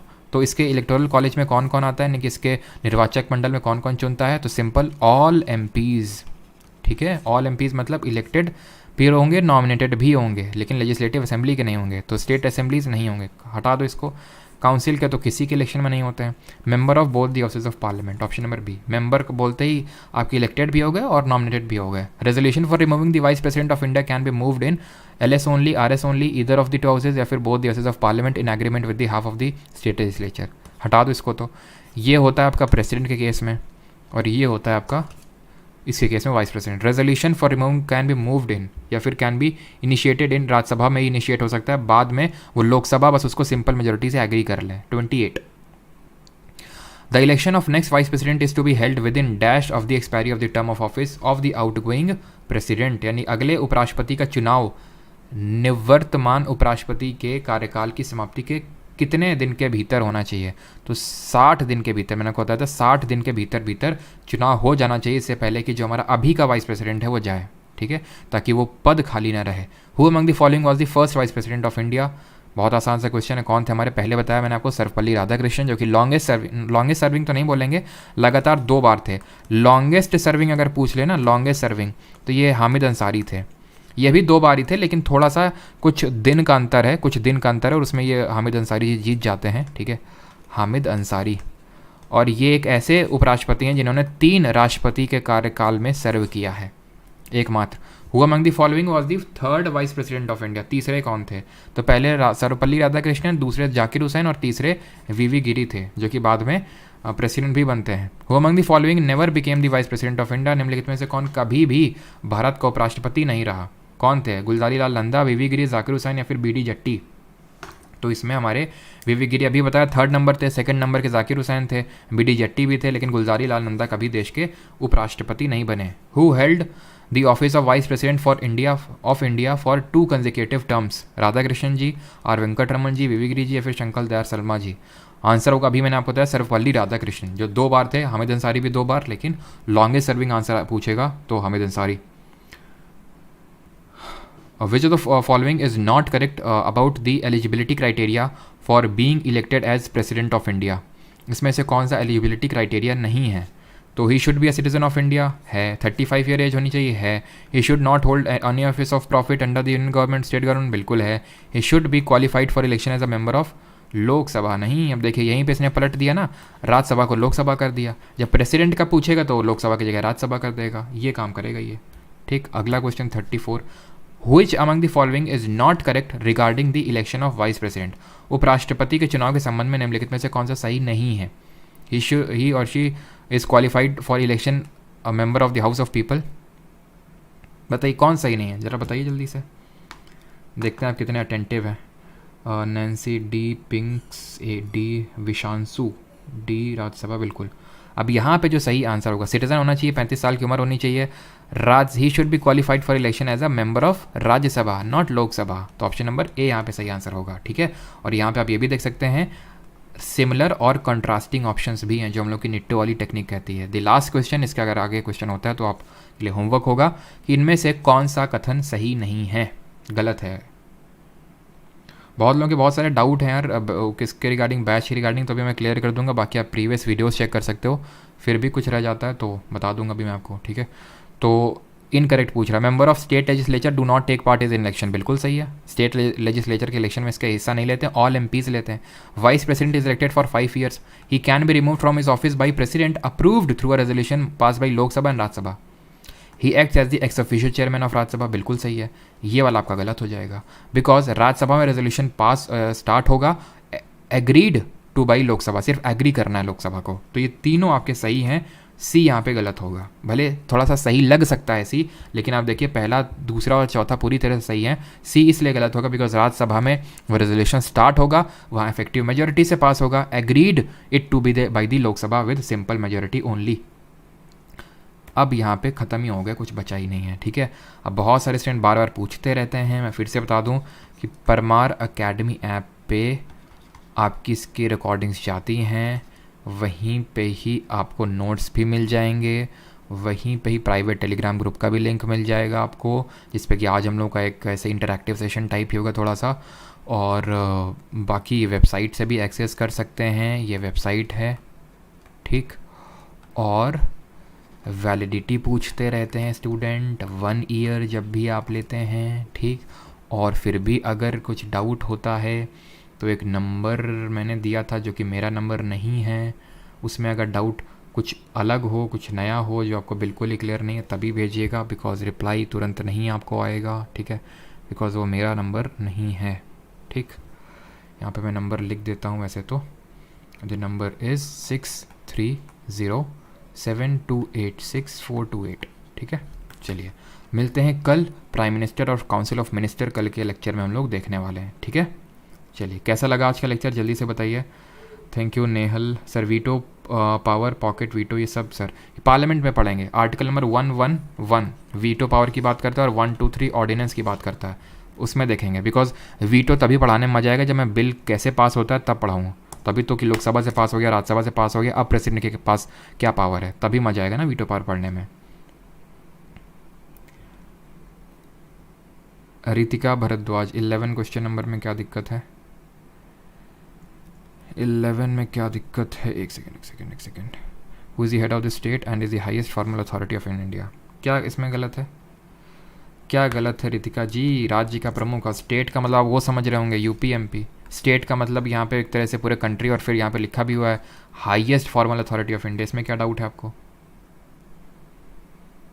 President में 2/3 सौगात गरवा इफेक्टिव का मतलब होता है अभी प्रेजेंट टाइम में कितनी मेंबरशिप है। जैसे कि अगर हम बात करें लोकसभा में 543 है उसका मेजॉरिटी, ठीक है, 550 का नहीं। उसी तरह जब स्पेशल बात करूंगा तो राज्यसभा में 250 होगा स्पेशल, और लोकसभा में 550 होगा, लेकिन जब इफेक्टिव बात करूंगा तो राज्यसभा में 245 होगा वो, ठीक है। रिटायर्ड प्रेसिडेंट को क्या लाभ मिलता है? क्यों जानना है भाई रिटायर्ड प्रेसिडेंट को क्या लाभ मिलता है? पूछा जाता है क्या है रिटायर्ड प्रेसिडेंट को क्या लाभ मिलता है? अरे मिलने तो जो मिलता है भाई, गाड़ी वाड़ी जो मिलती है भाई, ये थोड़ी ना पूछेगा आपसे।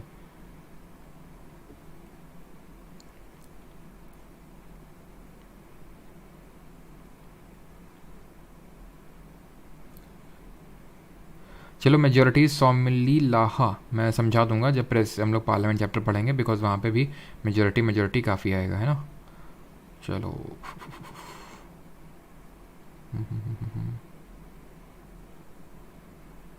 चलिए भाई, थैंक यू सभी को, बाकी मिलते हैं कल, ठीक है। बाकी आपका पीपीटी तो भी तुरंत अपलोड हो जाएगा।